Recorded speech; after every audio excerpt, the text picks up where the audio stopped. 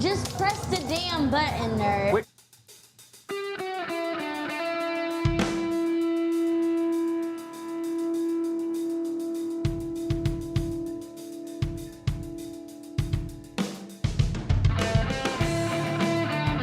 This live stream is awesome. Oh, it's the best. I mean, this live stream is the best. Did you name our episode number Test? oh shit. Are we? Yeah. How do I reset this thing? Test, I'm gonna test. start this thing over again. Hold on, I'm gonna start this over. There we go. Wait a minute, hold on. Oh, balls out giveaway. I like it. There we go. Yeah, that's better. Yeah. Okay, now. Now we can go. Just press the damn button, There you nerd. go. I did. I pushed the button. Did you? Yeah, I pushed it. Should I Should I do the outro? No, we're not done yet. Oh, we're not done. We're not done yet. No. Oh, okay. Yeah. We just getting started. Yeah, we just starting. I haven't received the It's there. notification. Weird. Oh, there you are. Oh, my wife's in there. What's up, baby? Hey, Chris. What's up, baby? This live stream is the best. This live stream is the best. Test. Not the last one we just did. It was just test. This one's so much better than This that one is way better. Oh, Hey, that last show we did, that was a good one. That was dope. We had like 12 views. yeah, That was a good show. Incredible. It went a little long, but besides that, It's a little long. Just odd for us this time we got of to year. reel you know? that I in. know, right? Hi, Paul. Paul? Why a Raider? What's up, dude? What's up, Wyo? Grumpy Raider fan. Oh, What's up, Kill Jadis? Joel. it's way too soon to be Hey, grumpy. CPA Joel. We were talking a bunch about you. We love you, Joel. We love you, Joel. You're the best. It's the best. Paul said the last show was 284A. Now we on the full 285. Just a full-on 285 coming at you. Just all up in your 285. Jeez, Jeff. Hey. Hey. Hey, Yoshi. What's up, Yoshi? Chevy Silver Raider, Herman Munster, Super Deuce, Atticus be rockin', B-Al, We do be rocking. the crew, you know. Word. There's more than 6 people in here, so Just press the damn button, nerd. Yeah. Oh, Finn and Ronan are in there, too. We'll watch our good. language. Yes, Well, promise. get them YouTube accounts so they can join the chat. Joel. What's up, boys? Ah, Hooligan Nation's in there. Vibrators in there. Hi, baby. Jay Jackson's in there. Arizona Raider Nation. What's up, Jay? Oh, Jay. Hey, Jason Hunter. And you are the first. You are poker chip number 1, pal. We're gonna get into that here in just a moment. Absolutely. So let's go ahead and kick off this episode, which is 285 of Raiders Fan Ropes. I just hit the wrong button again. Oh my That's gosh, all you right. were about to hit the Murph's freaking. on one tonight. all right, well, here we go. You're about to hit the post and you messed that up. All right, here we Damn go. it, dude. I know, and I blew it. Here we go. Hey, it's Mike Garofolo, NFL Network here in the home office, and you are listening to the Raiders Fan Radio Podcast, taking that lighter journey into the dark side with Murf, Swag Jeff, and Michelle. She's got great hair. It's a little pink, it's a little purple, whatever it is. I'll tell you what, if I could grow it, I would sign up for that color today. So listen to her and the entire crew as they give you all the information on the Raiders on the podcast that benefits the One Nation Foundation. It's a great cause. It's a great pod. Tune in, turn it up. Here it comes. All that Raiders info and takes coming at you right now. Jackpot, baby. Raiders Fan Radio. Oakland, LA, Oakland, Vegas, Raider Nation, wherever, forever. You got your old Uncle Mosh and Raiders Fan Radio from Murph's Man Cave, taking a lighter journey into the dark side. Sit back, put your feet up, pop a top, and enjoy the ride. Here we go! Look left, look right, Kolechnikov, a leaking pass, touchdown! We miss you, we love you, and we'll see you in the Hall of Fame. When you have great coaches, then after you have great coaches, you get great players. You have a great organization, and you tell them one thing: just win, baby. Way up the middle, intercepted Filipiano at the 50, time running down. Oakland football, and I think Oakland victory. The Oakland Raiders have scored on the most zany, unbelievable, absolutely impossible dream of a play. Well, I love this team. I think this team can win. I think this team can win. You are listening live to Raiders Fan Radio. Take it away, guys. Why? Thank you, Brent Musburger. That's an abrupt end. It was an abrupt end. I'm not sure what happened there. And then we have thunder and lightning going on outside at the whole time there. So I was like, wait a minute, is that us? And nope, it's the heavens opening up out there. So we appreciate you very, very much, Raider Nation, for checking in with us tonight for what will be 285 episodes now of Raiders Fan Radio. That's a fun milestone. It's a fun one, 285, man. I like it. Yeah, it's a good one. It's a good one. That's a lot of shows. It's a lot of shows. That means we're going to get to 300 this year. We'll do an RFR 300 during this next season. That's true. That will be cool. I wonder if it'll come up for the fannies.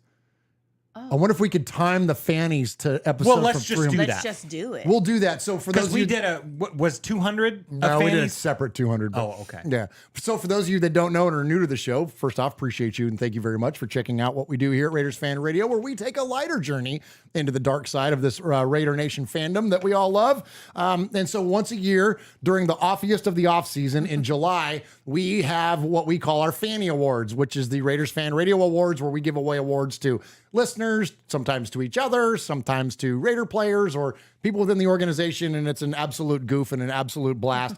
And so that's kind of like our big off-season show, and so maybe we'll time that up with number 300 this year. But anyways, appreciate everybody that's joining us in the chat room tonight. Appreciate Wyoming Raiders in there, Vibrators in there. Paul Edgerton is in there. Let's see. Wyoming Raider. Dirt E. Low is in there. He says, salute, guys. Love the show. Thank you, Dirty Low. We appreciate you, my friend. Matthew Mangus is in there. The Grumpy Raider fan is in there. Ron the Materator's in there holding it down in case any Chiefs fans decide to get loose in our chat room. Chris Wood is in there. She said, this intro, 100. Love Absolutely. It. I love it. That's the new intro. You know what? We need to get Lamont like a YouTube, like a channel or whatever, so he can comment in this stuff. Yeah, that'd be cool. Yeah, we need to get him in there. I can't even get him. He does not have one social media anything. So oh my gosh, that will be I will do my best. Yeah, you need to. No guarantees. Let's see.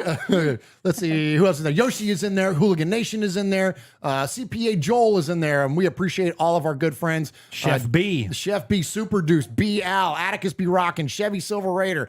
So many good folks. Did you say Kevin? No, I didn't. Kevin the Raider Nerd is in there. Awesome. Daniel Mangus. I think Matthew I saw in there too. Yeah, both of the Mangus boys are in here. I'm telling you, man. Everybody is in there. Hooligan Nation. Yeah. Oh my gosh, Hooligan Nation, and someone else is already dropping donations in there in the super chats. Jesse Cardenas is in there, and when we throw it over to Swag Jeff, I will leave it to him to shout out these donations coming in. Thank you so very, very much, and we've got some really cool prizes that we're going to give away to you guys tonight as those donations continue to come in. So anyways, thank you, those of you that are on the live show at youtube.com/Raiders Fan Radio. Thank you, all of you that are on the Facebooks. We go live on the Facebooks too. We can't read your Facebook comments, so if you're over there on the Facebook and you want to join the chat, come on over to youtube.com/Raiders Fan Radio, or just keep there watching a Facebook, and thank you for your patronage and your support of what we do here at Raiders Fan Radio.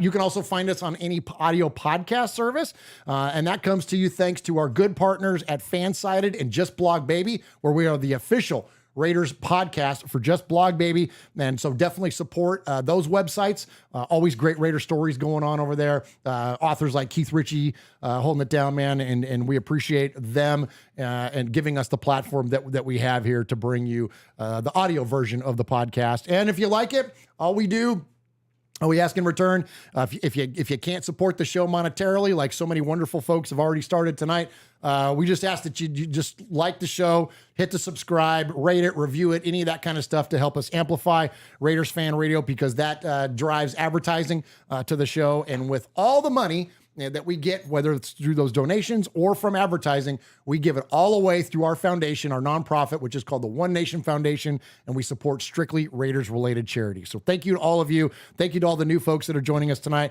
We love you guys, and we've got a lot of Raiders talk to get to tonight, and a lot of goofy stuff to talk about tonight, because that's what we do around here.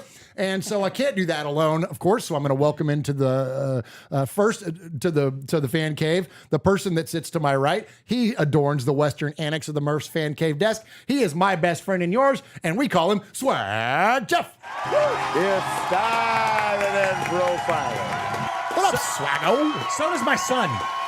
What, your swag son? Yeah, swag son. Yeah, my little buddy. So I and thank you for welcoming me into the show. Fired up to be here. So much respect to my son Oliver. I'm assistant coaching his little t-ball team. Oh yeah. He's t-ball. So he walks up to the coach and goes, "This is my dad, Swag Jeff," and he tells his teachers at school. My dad's Swag Jeff. I love that. I love that. So fired up to be here. I was in Disney World last week. Yeah, you were. So I went from the happiest place on. That was nice. That was a Mary Kate and Ashley moment. So I was in the happiest place on earth last week, and I'm in the most badass place on earth this week. I'm here with my best friends right here talking about Raider football. We're fired up to be here. So yes, and like Murf said, all the money that we raise goes to the One Nation Foundation, and he told you all about it. So Jason Hunter in the chat right here at the pre-show dropped the 20 in there, and then Hooligan Nation also donated $20 as well. Thank you so much. Thank you, that's $40. We've raised so far tonight, and we're giving something away. All the money that we raise is going to the One Nation Foundation. So we've got a couple things we're giving away tonight, and the first one that I'm going to show up here inside our official raffle bucket right here is this right here.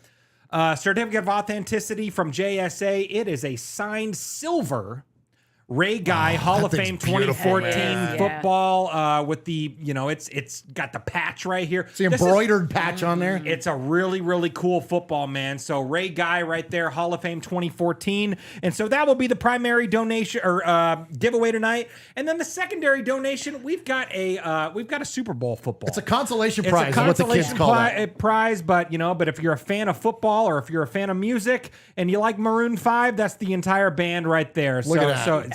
So if you dig that, just the football itself is worth a lot of money just on its own. Yeah. And then if you like Adam Levine and with their lifestyle and what they do and all that stuff, if there's anyone out there, it's getting harder and harder to breathe. But but we got this thing. Yes, you did. Yeah. So get in the mix with that right there. And I see a bunch of people in there talking about the hat.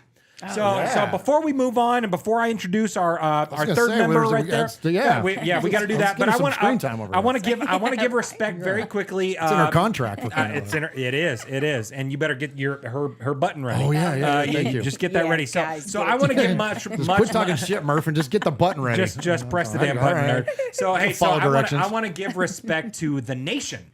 So the Nation, you see them all over social media and stuff. They make amazing gear brand. It's a gear brand, and they make these awesome photo edits and stuff of rookies, and I think they were one of the first ones that made the Jimmy Garoppolo pictures that you see all over Twitter and stuff like that of him in a Raider uniform. It's the Nation, man. So they sent me this hat right here. So get yours, man. Follow the Nation on Twitter, Instagram, any of that stuff, man. Hook them up. I'll tweet out a link and stuff later after the show. Okay. But yeah, get this thing, man. This is a badass hat, man. Yeah, it's badass. So speaking of badasses, right? There we go. That's what I'm talking about. So to my right, my best friend and Murf and yours, the southern annex of the western annex of the Murph's Fan Cave desk. Please welcome Michelle Sweat. Thank you guys. Thank you. That's such a dainty intro. I just felt like I love needed some, physical. I'm such a dainty person. It makes so much sense. Yeah. But yeah, guys, we're giving our balls away tonight. So yeah, we are. You really we are. Let's see some of those. I like the new glasses. Thank you. You got some new ones again, right? I am obsessed currently with ordering new and different glasses. So it's glasses and tattoos. I feel like you get a new one every week. Yeah. I just got my Bates Motel tattoo. Yes, you did. Nice. And then next Monday, I'm going to get the Dead Silence is one of my favorite Halloween movies. Okay. Yeah. Billy's the dummy, like the ventriloquist doll. Okay. I'm getting him on the back of my calf. So nice. Very cool. That. Yeah, Very so cool. my whole leg's gonna be. When are we scheduling our Raiders fan radio we need to do come that. up with something. I know. Yeah, we need to get that to under. come up with We need to get something. that going. Yeah. So we decided we were going to get matching-ish Never too late. Raiders tattoos. And so we got to come up with a good design there. Yeah. Hey, so real quick here, let me go ahead and do this. Okay, do it. Now while we're hand that to me. while we're kind of talking about merch. So I gotta tell you guys a really cool story. Oh yeah. So we've got this new merch guy, and so shout out Ricky O. Much respect, Ricky O. So Ricky O is an authorized licensed distributor of autographed and merchandise, and he's the one that so very kindly has given us some of our autographed merch that we're auctioning off for the foundation, including that Ray Guy football. He just gave it to us for free. Wasn't even like on a discount or anything like that. But I want to share a piece with you guys. And I'm gonna switch it over to Swag Jeff's camera. This thing is so cool. So this is not going to be auctioned off or given away by any means. Murf's. This is mine. This is going to live here in a fan cave. But Ricky O came across this piece and he reached out to me and asked me if I wanted to get in on buying it, and I did. And so for those of you that are looking, on the audio podcast, you're looking at a really beat up 1970. Did I tell you this yet, Yes, Michelle? yeah. 1973 Riddell RK helmet. And so, it's a TAC 29 helmet. Yes. Riddell, a TAC 29 helmet. So from 1973. So you're looking at it there on the screen. It's all, beat up and been worn, and it's got a lot of, got a lot being of held wear together by tape. Got a lot of wear and tear on it. All right. And then Swag's going to flip it over and show you what's written on the inside of the helmet. And where you can see right there, it's got the number 12. And then look on the other side. It's got Stabler. That's one of Kenny Stabler's practice helmets, man. Isn't that incredible? Absolutely insane that this guy came across this piece. So cool. And reached out to us and gave me the opportunity to get in on it. And it's so I can't certify it. It's not an autographed piece, so JSA won't certify it or anything. But I did follow up with Kendra Stabler, and I followed up with some other folks that we know that are tied to the history of the Raiders. And we're going to bring it to the Bolitnikoff Foundation this year and have Fred take a look at it and some of Kenny's other teammates just to verify. I mean, we're 90% sure it's a legit piece, but just to make sure we're gonna. Well, and Mark Davis is always at that event, right? Absolutely, so we can get Fred. Hey, call Mark over here, and Right. what do we need to do to get this thing certified? Because Yeah. I mean, if it is legit, which I'm pretty sure it is, that's literally a priceless piece of Priceless. merchandise. Yeah. But I mean, that thing could easily sell for $15,000-$20,000. You know what I mean? Absolutely.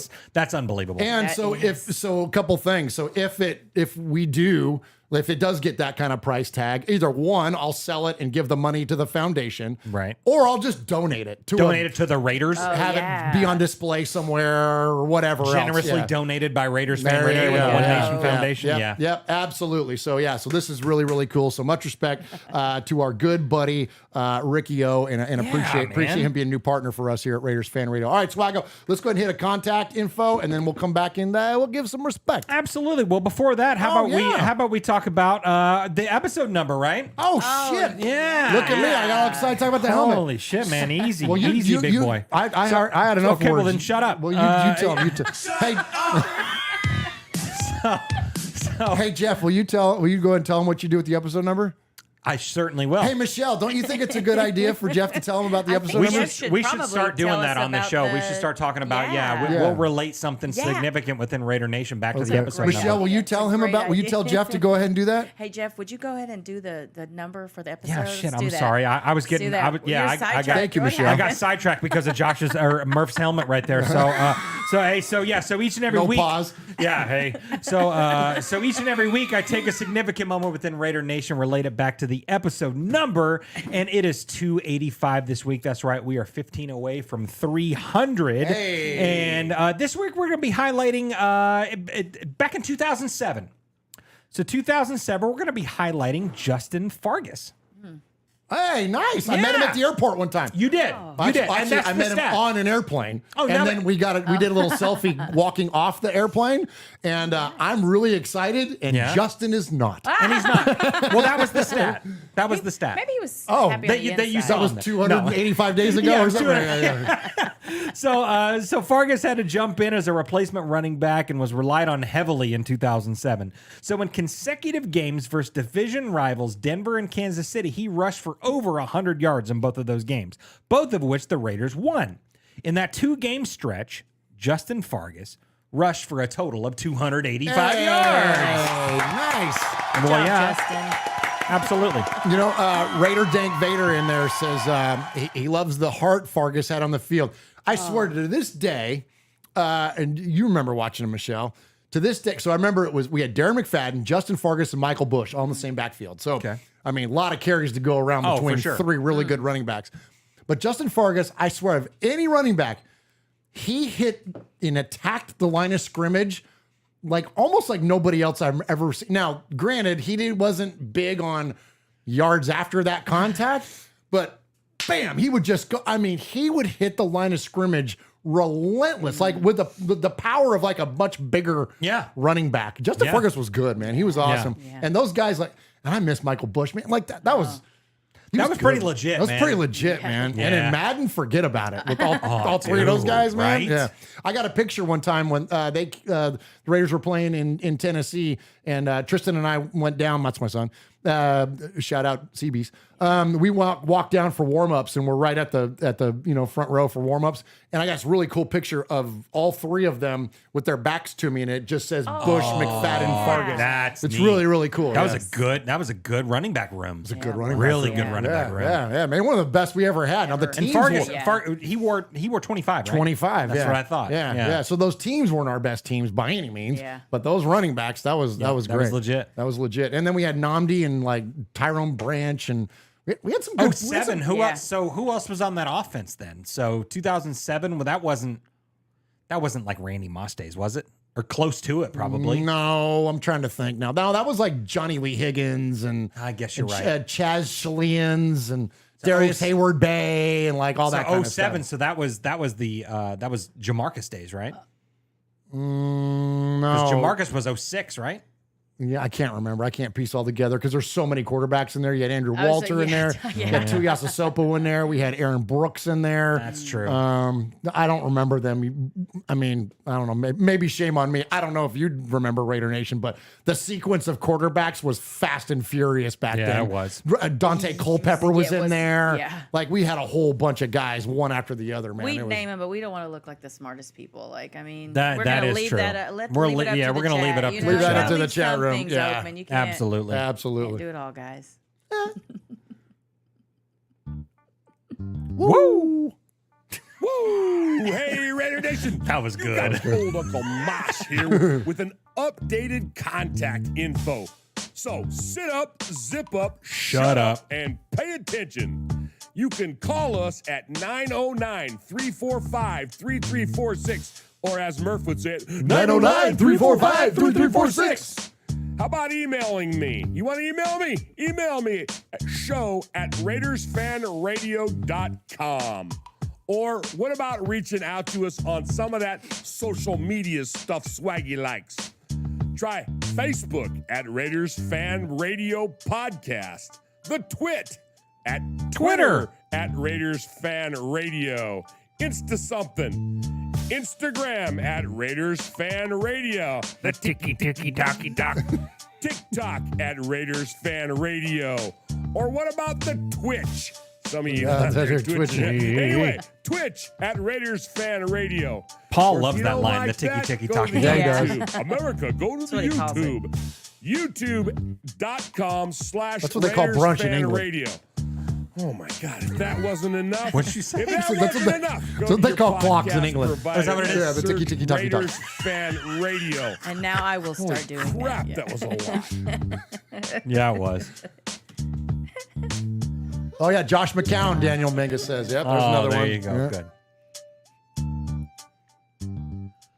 Good. Oh, nicely done. Yeah, nicely done. That was good. That was good. It was solid. Hey, so if you joined us late, tell them about it, Swaggo. so we're auctioning off or raffling this thing off tonight. So it is a signed silver Ray Guy Football Hall of Fame 2014 inscribed football, JSA certified. Get you some. So every $10 donation tonight gets you one poker chip into the running to win this thing. And if you don't win that, you can also win a Maroon 5 signed football. So There you go. Yeah. So It's a heck of a consolation It's a heck of a consolation prize. And hell, we may even give a shirt away if we give enough or if we get enough money raised tonight. So I've got a whole big box of shirts in there, man, with no homes. So we probably should start sending some of those out. We should. And I just sent out from our winners from last time. So the fulfillment department around here at Raiders Fan Radio just pretty much sucks.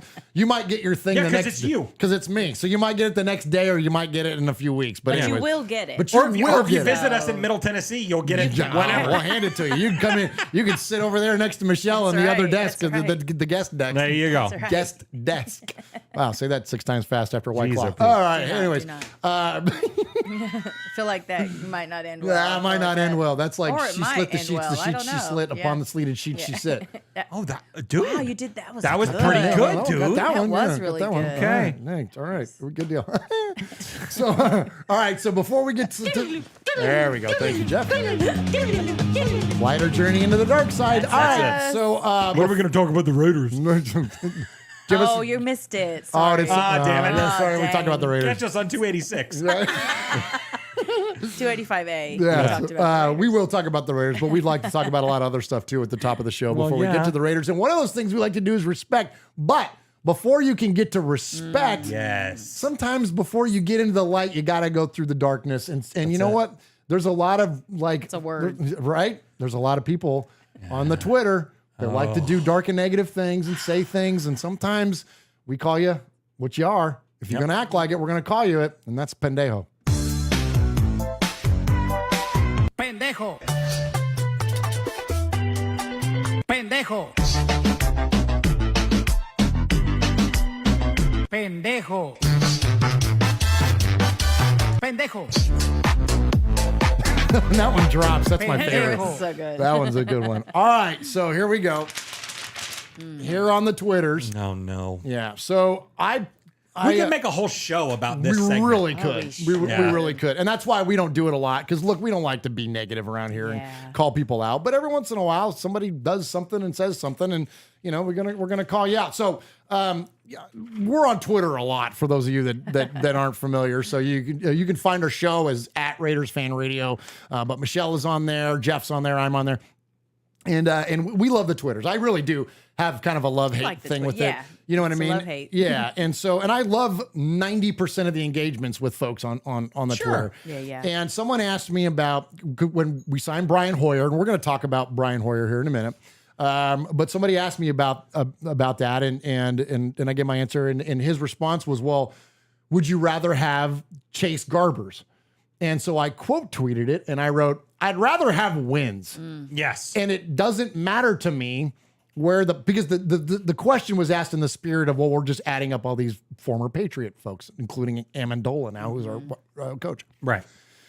So my point was that it doesn't matter to me where they come from. I just want wins. I don't care who they add. If it adds to W's, that's all that matters. So here comes Rodney Martin. He is at RT. It looks like it's RT Ybor City, which I guess is somewhere. I don't know where Ybor City is, but wherever. That's where Rodney Martin is. And Rodney Martin says, you don't care, not because you're a Raiders fan. It's because you are a Dave Ziegler and Josh McDaniels suck up. Oh. Ooh, that may have been the first time you've ever been called that. Ever. First time I've registered a suck up. I've gotten bootlicker. I've gotten apologist. I've gotten blind loyalist. Sure. I've gotten a lot of things and accused of a lot of things over the years in terms of my Raider fandom. But I'm not a Raiders fan. I'm a Ziegler and McDaniels suck up. You pendejo. You jackass. Like, I mean, and granted. Wanting to win? Yeah. Please, yeah, you guys go. I do not understand this whole thing of like Hoyer was the straw that broke the camel's back this week, right? Oh yeah, that was the line that we're going to draw. All these other Patriots that we've signed, everyone gets all mad and stuff like that. But as soon as we sign Brian Hoyer and bring Danny Amendola into the coaching staff, that's it. That's too many Patriots. Give me a freaking break, man. Like all these people, I mean, and I tweeted a couple days ago, I'm like, man, these people that talk about, Patriots West or Ratriots or, all this stuff, they're going to be pissed after this. And they were fired up, man. But like, at the end of the day, man, let's not forget that Dave Ziegler and Josh McDaniels were just hired to build this team. Yep. They were hired to do a job, and their job is to build the Raiders to be successful. And so, yeah, they're going to bring in folks that they trust because they had success doing it somewhere else. That doesn't mean that they're trying to, put a guy with a star on their, hat, whatever, on the thing. Like that, they're just building what they think is successful. And so until proven otherwise, all you have to do is trust that they're doing the right thing. And Danny Amendola, if any of the, and I think it was one of the Mangus boys that said it in the chat, freaking Renfro is about to have a field day this year because they brought in Danny Amendola, one of the freaking all-time great slot receivers of all time, whatever, like so good. At least for the Patriots. At least for the anyway. Patriots. Yeah. And that was the standard, right, though? Yeah. I mean, yes, you see a lot of slot receivers, but like, those little short slot receiver guys, man, like that was a Patriot thing that they built, and that was the model. Welker, Amendola, and freaking Edelman, right, Michelle? Right? Yeah. It really honestly trips me out because it's like, if you are starting something, you're going to get the people you trust. Like you're going to get the people that have thrived in your system or been able to like do something productive. And so you're going to bring in people that, what are people expecting them to do? Just bring in some randoms? It just doesn't make any sense to not. And the sad reality is we have to be patient. They literally just came. This is gonna be their first like full draft. Like see what happens. We don't know what's gonna happen, but you can't be mad for them to bring in people that they trust are going to help move things forward. Yes. And it blows me away that it's like people have made up their mind already on how successful this is. Look, man, it's just like a draft. You can't make up your mind now. You gotta wait 2 or 3 years. Man. Let's get this thing in the rear view. And then, and that's to the people that say, all right, I'm a suck up. No, I'm not. I'm just not complaining and rallying against the sky because of what's going on today, because nobody knows how successful or unsuccessful this is going to be. So if you're going to be a negative pissy pants out of the gate just because you have no effing clue, like that's the part that drives me insane. It's like, look, we just talked shit about all the old quarterbacks that used to march through the Raiders organization because we know what that is. We know what their story was. So I can talk shit confidently about Jamarcus Russell and his fur coats and all the other bullshit that he used to do that had nothing to do with football. Like, and all the attention that he paid elsewhere that had nothing to do with the goddamn Raiders and his development and all the things that led to his failure. Right. I can talk mad shit about that because I know it happened. We don't know what's going to happen with this. So I don't get it, man. Yes. All these people that talk shit about Jimmy Garoppolo and this was a mediocre signing. It was a lateral move and all that stuff. You don't know. You just don't know. We can talk shit about those people because we saw the product on the field. We saw it off the field. We saw it and it didn't work. We can say the same thing about the guy that was just our quarterback. Say what you will about him. Shit overall did not work. So we can talk shit, but we can't talk shit about Jimmy Garoppolo because we don't know. You're literally giving yourself an ulcer before you even. Yeah. Hold up, let him cook. Yeah. Let's see what happens. Maybe something nice will happen, right? Yeah. Why not err on the side of what's the best that can happen? Yeah. We've had a long run of really rough. It's been a long run, but you can't fault the current regime for all of the shit that's piled up and no one ever cleaned up. They just kept piling more crap on it, So like, you can't fault them for that. It's not their fault that John Gruden and Mike Mayock collect, and I don't have the numbers here, but look, it ain't pretty. There was a stat that came through the other day. It was drafted players by the Raiders over the last 5 years and their collective snaps that they have played versus the other teams in the NFL. The Raiders are dead last. Hear this, Raider Nation. The Raiders are dead last on players drafted in the last 5 years and snaps played. When you look at the teams that are the highest, it's like the Eagles, obviously. It's the usual suspects. Right. And they're in like 50, 60, 80,000 snaps by these drafted players. You know what the Raiders were? 10 grand. Yeah. Like, not only are we last, we're last by a mile. Right. So Josh McDaniels and Dave Ziegler had nothing to do with the draft classes Yes. Right, of the that's past right. handful of years. And I know that, like, yes, I know Hunter Renfrow exists. Yes, I know that Max Crosby exists. Yes, I get Josh Jacobs. I get that they have had successes. But the majority of their draft has been failures. There you go. There's another thing. When those drafts were going on, I wasn't being a suck up or a bootlicker to Mike Mayock, but I was like, all right, well, here's the guys he drafted. So until proven otherwise, we're going to freaking trust that it's going to work out. And it didn't. And it failed miserably. So now we can be hypercritical of that shit. Right. Because we know what happened. And then I've got one more thing to throw at you, and then I'm going to throw it to you, Okay. Jeff. You brought up the quarterbacks. You brought up the people being critical of the quarterbacks. And I didn't know where I was going to bring this up in the show, but I'm all fired up because Michelle brought Starbucks. I'm going to bring it up now. And I brought White Claws. And I know it's going to be a disaster. great I'm night. frothing at the Good mouth show. like freaking. And hey, respect to like Will Graf. Bonner. Graf is in there. What's up, Graf? Hey, what's up, Graf? Appreciate you, my friend. Go check out planetraiders.com and support what Get one him of and these shirts. Wasted Talent. Dude, yeah. Show that. Flash show that. Michelle right there. Damn Yeah. it, I never know. Fuck. Just stand up. There you go. There you go. Oh, There you get go, some of that, Graf. Graf. Absolutely. Talk that shit. All right. So, all right. Well, here we go. Getting ready to. We'll talk that shit. All right. So, how about this? All right. So, you talk about the difference between the old guy and the new guy. All right. Oh yeah. The old guy in second half and overtime games in the 5 games we led last year by 10 or more points. Okay. In which we went 1-4, by the way. Okay. The quarterback stats in those games. So everybody that screams defense, here's what the quarterback did in overtime in those games. Passer rating, 56.5. Points per drive, 0.085. Yards per drop back, 3.65. Yards per carry, 4.83. Not bad. Okay. Touchdown passes, 2. Touchdowns allowed to opposing defenses, 2. Okay? Jimmy Garoppolo in overtime in his career, he's 11 for 16 for 69% pass completion for 134 yards, 1 touchdown, a 115 passer rating, and 8.4 yards per attempt. There you go. That's The why things numbers change. don't lie. Numbers don't lie. Numbers you mean go. a lot when you look at Yeah, them they in do. context. So that, listen, don't be critical until we see how the damn thing plays out. Absolutely. So, and folks and we talked about the first round picks, all that stuff, and then Yeah. let's talk about the previous regime's free agent signings and stuff like that.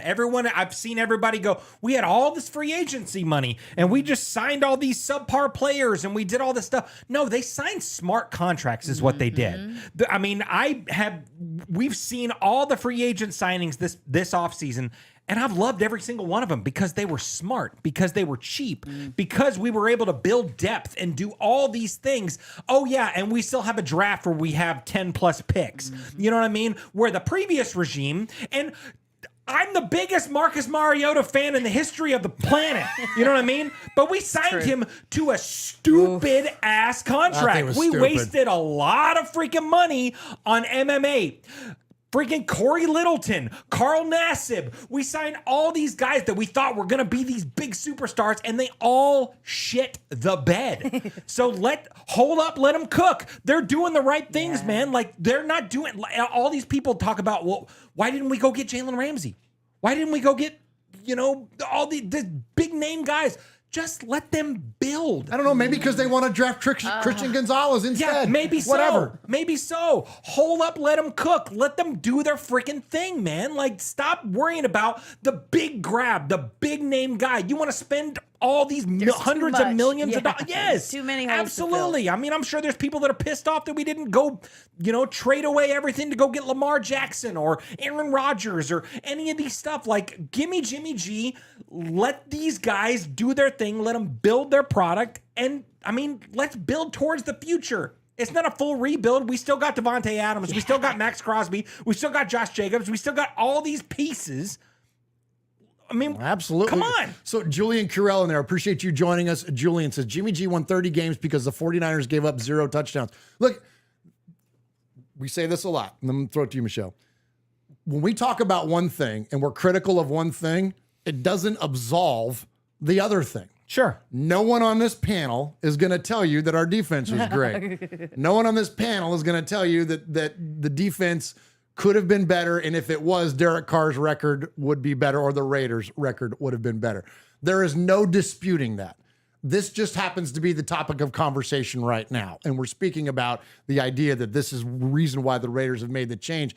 And also, too, the flip of that is that when we are critical of the defense, that doesn't mean we absolve the quarterback's portion of this. These two things go together, and it's all complementary. Yeah, I'm probably I'm all the time at the house screaming, what about the freaking defense? Like, defense, especially through free agency. But I don't really know what I'm doing. So obviously there's no reason I should be asking those questions. But so I'm the first one to scream, what about the defense? But to me, it's about like a balance, to like bringing in balance. And of course we have 12 picks or something like that. Yeah. Like, the defense, just hang in there. Like, they're going to take care of the defense. Like, everyone saw it. You know, it's not like they're like, what? We need a defense? Like, they know that. Yeah. Like, Right. they know. They're not hearing you screaming defense. They know. So just hang in there, Well, man. and T3 Sport, that's our buddy T-Hom in the chat right there. And he says, nails and he says Carr couldn't close games in 2022, and neither could the defense. Except maybe the defense could have a couple times. You know what I mean? So could Carr have. Carr could have done it They both multiple could have. times. So offense. Let me say But- offense and Well, defense. that's where, both like, I could mean, have. Right. like I said, we were 1-4 in those Right. overtime Right. games. Right. One third down conversion, or in Right, addition, a yeah. score in the red zone, or whatever. Yeah. Then that record looks a lot different. Well, I just look at when Derek got benched, right? He got benched after the Pittsburgh game. Right. The defense played an unbelievable game. Yes. An unbelievable game. They closed that game. The door was wide open for the offense to. All they needed to do was kick a damn field goal or something like that, and the game was over. And couldn't do it. So, Right. you know. Well, and so Dave Maxfield in there says defense blew the Rams game on that last drive. Absolutely, Yeah. they did. Oh, 100%. No doubt. And when we played the Saints, we couldn't get the ball past the 50-yard line. And whose fault is that? Right. Come on now. You see what I'm saying? Like, there are. But our offense couldn't score but Right. 13 points in that game either, in that Rams game. Like, I mean, it was a That's very true. low scoring Yeah. game Yep. as well. This- You know? It's two ways, man. And there's Yeah. not one thing. Well, again, one does not absolve the other. And, Yes. and listen, you can be critical, frankly, across the board. And you could even, I think you could be critical of the coaches in this. And if there is Yes. one thing we could point to is that, look, I don't know the ins and outs of this offense. I don't know the ins and outs of the system. I'm not an analytics guy, and I'm not going to, or an analyst guy, and I'm not going to pretend to be. But I will say this: the offense looked different as the season went on. Yeah. The way that different players were utilized and being, brought into open spaces and things like. So there was an adjustment period that happened with McDaniels and his offense from the early part of the season when we saw them get their ass kicked in Tennessee, all the way through to when they started having some success later in the season when they won 3 in a row or whatever it was. So it's not all on Josh. It's not all on Derek. It's not all on the defense. It's kind of around the horn. But all three of those things have to be better, and criticizing one doesn't make the other one better. All right. Absolutely. All right, let's go ahead and get to some respect here now here at the top of the show. Here at the top. 45 minutes in. Yeah. Damn right. Was that how far we are in already? Swaggy Yeah. J's Wow. Nation. Felt like minutes. It's time for a little respect. Respect ain't bought, it ain't sold, it ain't demanded, it ain't negotiated, it's earned. And without blowing smoke or giving shameless plugs, we want to say salute and much respect to the following folks.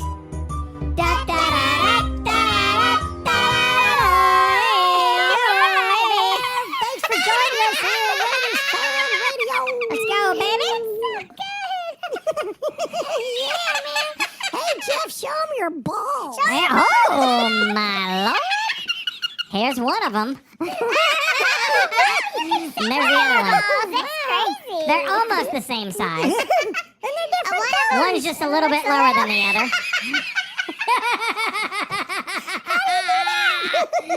Yes, so... You have different colored balls. This is so damn stupid. Here, this is what it... This is what it looks like. This is what it looks like. you know how David Bowie had two different colored eyes? yes. What's that called? Is that a thing? That's a thing, and there's a term is for a it thing. when you Term have for two it? different colored eyes, and that's what we're going to talk about your balls. Yeah. Oh, good. That's what we're Good. gonna Yeah, call it two from different color now balls. on. Yeah. So hey, so get in the mix, man. So we are raffling off this thing right here.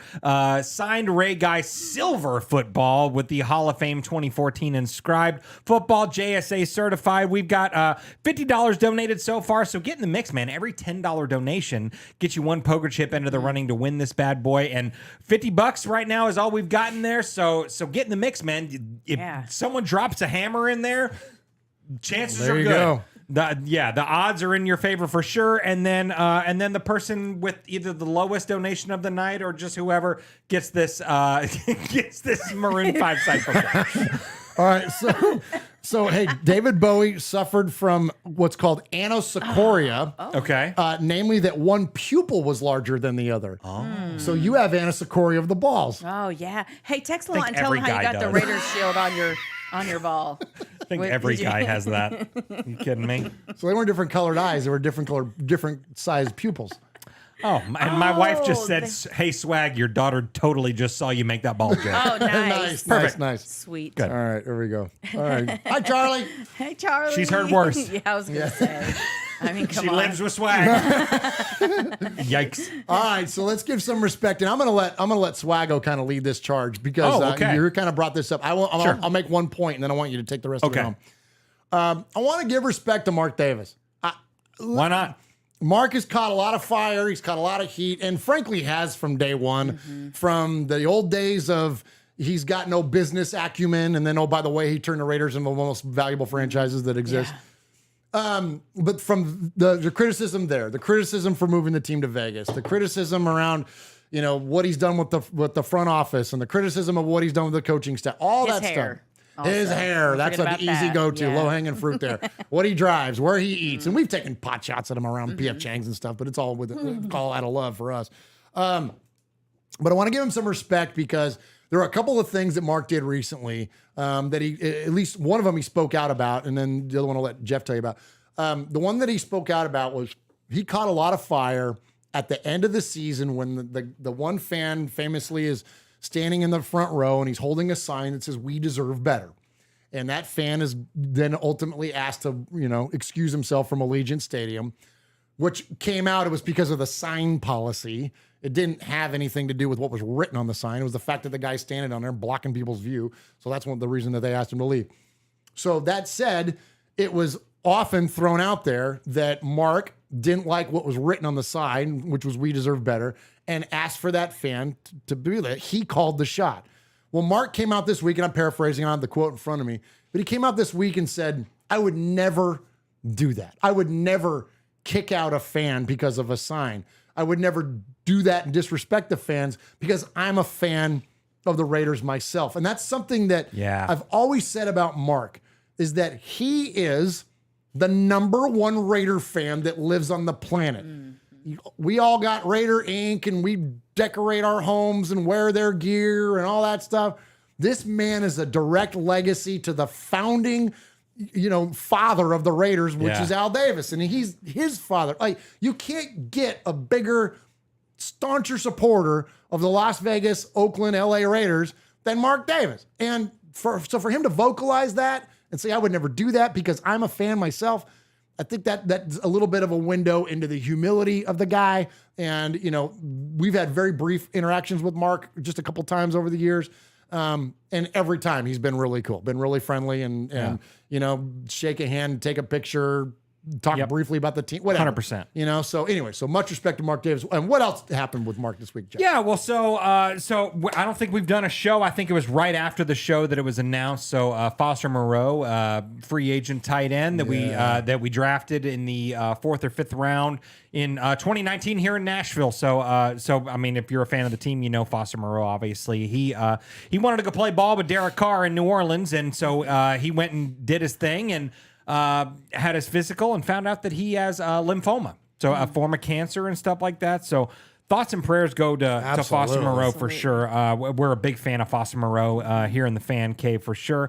And so Mark Davis generously said, until he signs with a new team, decides what he wants to do, whatever, we're going to sign him to a league vet minimum. They're going to pay him. They're going to pay him until he can, sign with a new team, get put on a pup list, anything like that. So much respect to him for that. I mean, that whole term "once a Raider, always a Raider" thing, like to hadn't see heard that that. personified You and hadn't stuff heard like that that. one? Yeah, it's really That's cool, man. So awesome. Mark Davis doing the right thing, hooking up Foster and stuff like that. Because I mean, Raider Nation, a fan, a player, any of that, it's all family, man, right? So so Mark is taking care of his folks. So much respect to him. man. Absolutely. Definitely. And what's cool about that, Michelle, is that not only, so obviously it gives him a source of income, but also it's treatment. It's access to Yes. healthcare because he's Yes. covered. And it's just such a right thing to do. Yeah, like big respect. I mean, Mark Davis is a good dude. Like he's always doing, Such a good like dude. that's a stand up thing to do. I mean, everybody's like, oh, anyone would do that, but maybe not. Like that's a really stand up thing to do. Yeah.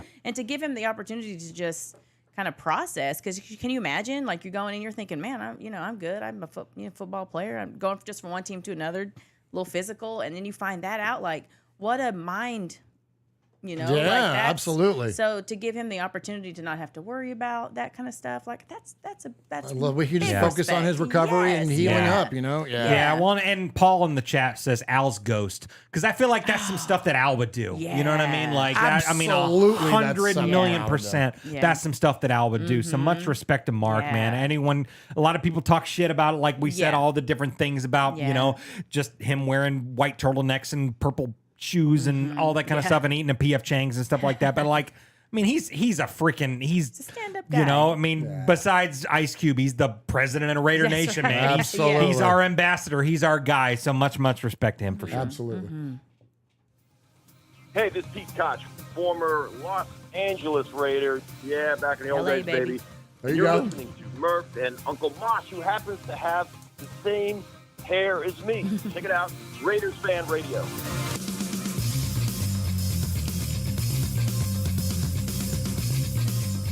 Speaking of guys that love Mark Davis, man, Pete's talked nothing but high gosh, praise for 100%. for Mark Davis, and that's someone who hasn't just had a brief encounter. That's someone that's spent alumni weekends with him and all that. So hey, here at the top of the show, before we start talking about the Raiders, and I promise you we're going to start an hour in, and we are going to talk about the Raiders here in just a second. All right, I should start clarifying that it's Raiders news. Yeah, we're always always. we're always Raiders adjacent, but absolutely. but we're going to talk about the new stuff around the Raiders after we thank our good partners and friends at Magic Mind. We appreciate Magic Mind, who put out this little productivity drink. It's not an energy drink. It's not loaded with caffeine. It's not loaded with sugar, so you don't have a big crash afterwards. But if you've got a lock-in, if you've got a project that you're working on, you take a little Magic Mind in the morning with your coffee, and it gives you a nice steady hum throughout the course of the day. I love the cordyceps mushrooms in there just because I'm a big fan of The Last of Us. But we've really enjoyed the partnership with them and the product itself, and so appreciate the folks at Magic Mind. Yeah. For me, I mean, as an artist, like I'm always trying to paint little things, and if I'm having 4 cups of coffee, that's a little bit of a bummer. So this is a little something that doesn't make me shaky. It doesn't make me like weird or anything. Yeah. I'm able to just kind of sit. I'm working on a lot of things. I got 3 shows coming up. Like I have a lot going on the studio table. So to have that and to have it be able to just kind of hum me through the day, and I'm not all over the place, it really makes a difference.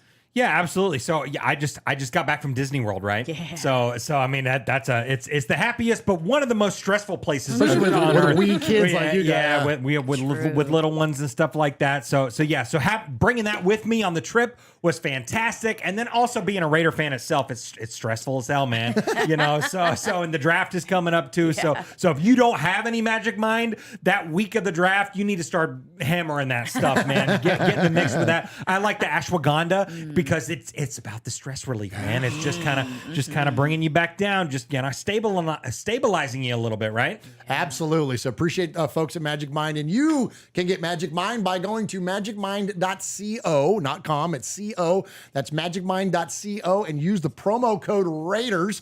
That's RAIDERS. We will have a link in the show notes. So go check out the good folks at Magic Mind. Use that promo code. You get 20% off a single order or 56% off a subscription. Magicmind.co. This is Trent Sig, and you're listening to Raiders Fly high, Fan King. Radio with Murf, Swag Jeff, and Too Uncle soon. Mosh. Trent. Too Just soon. win, baby. Too soon. Miss you, Trent. Jeez. You'll false start a few times, And and so next does thing you this know, guy. you're a cowboy. Yeah. Oh. I hope I never false start then. Hi, this is AJ Cole from the Las Vegas Raiders, and you're listening to Murf, Mosh, and Swag Jeff on Raiders Fan Radio. Just win, baby. Man, I've got certain information, all right? Certain things have come to light, and, given the nature of all this new shit, this could be a lot more complex. I mean, it might not be just such a simple, What in God's holy name are you blathering about?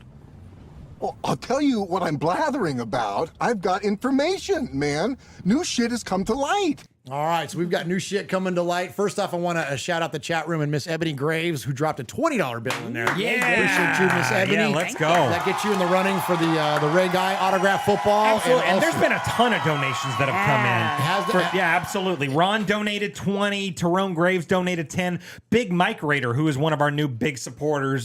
He's so he cool. donated Good dude. $20.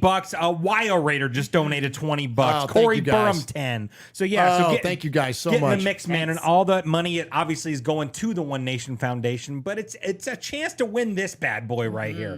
So Murph, if you want to turn the camera over to me there, pal. Yep, there you go. So I'm holding up this signed Ray Guy silver football with the inscription 2014. Every $10 donation gets you one entry into the running to win this bad boy. And like I said, all the money goes to the One Nation Foundation. So, and if you don't win that, if you're a big Maroon 5 guy or gal, there it is right there. You have a chance to win that as well. And if we raise enough money tonight, we may give a t-shirt away. Yeah, or we'll something like probably that do a too. shirt no matter what. Yeah, no but matter what. I got a whole box of them we need to get rid of. So not get rid There of you them. go. You know what I mean? To give away. We need to To give start away. sending them to people that would love to wear our gear. Absolutely.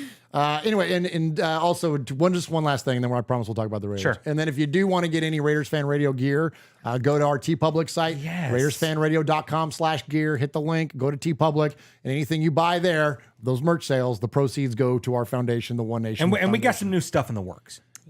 Oh, okay. We got, okay. yeah. All right, I'm all right. working with our buddy Jimmy Zebach. Good deal. We appreciate you, Jimmy Z. All right, so let's get into the Raider news. So, story that came out, it's been a hot minute ago. Now, I feel like it's been like a month ago.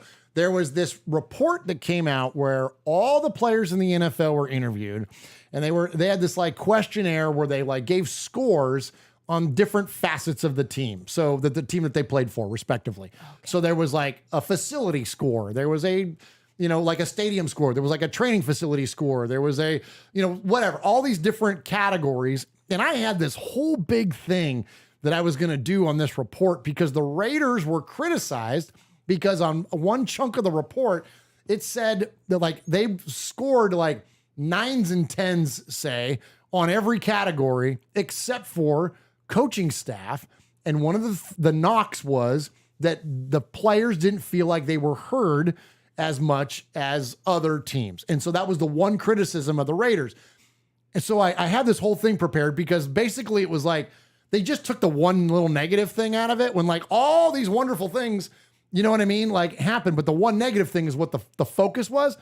Well, this reporter asked this goes back to the combine, asked Josh McDaniels about this report and asked him about the negative from this. So before we kind of dig in and give you our thoughts on this, let's hear what his answer was when confronted about the thing from the players. They mentioned, and yours was mentioned as not using players' times efficiently, and I think it said they felt like you don't listen to them, was what it said in the overview. Did you read that, and what was your reaction to reading that? I heard it. I didn't read the whole thing. I heard it. I'm aware of that. Obviously, those things aren't, you don't like to hear those things. And we have captains meetings every week, and, we'll continue to talk to the leaders on our group. And you never know exactly where that's, who said it and how it came across. And sometimes context is important. So I'll look into that and try to do whatever we can do to make, if there's something that we don't love, there's always going to be certain things that it's a give and take. you know, in terms of time and so on. So we've looked at our entire process this offseason. We're going to try to make every aspect of it better, some of which, you know, may mean certain things are done less, you know, now that it's our second year going forward, which, you know, may be something that would impact that feeling. What are the certain things? All right. So I got some comments on this. So I'm a corporate guy. I work for a big old company. Right. And there are a lot of corporate initiatives that happen in big giant companies. One of those things is feedback from the people that are, you know, of the folks that are, you know, that work for the company. Sure. And so my company's done this exact thing and taken that feedback and looked at it. And it's a tool to look at areas of your company to where maybe you could improve. So I know this is a much smaller thing. You're talking about 53 or however many players. Whoops. Right. You're talking about however many players are on a football team. You're not talking about 65,000 employees. But what I am going to get at, though, is that I think it's important for us to consider the idea that this was a brand new regime that had a brand new message and a brand new way of doing everything from top to bottom. From Sandra Douglas Morgan to Josh McDaniels to Dave Ziegler, it was all new across the board. Well, all those leaders of this company, which is what the Raiders are going to have their way of doing things. They're not going to be as dependent on feedback from the existing roster because probably that existing roster isn't going to be what ultimately they're going to build into. They really don't give a shit what Darren Waller thinks.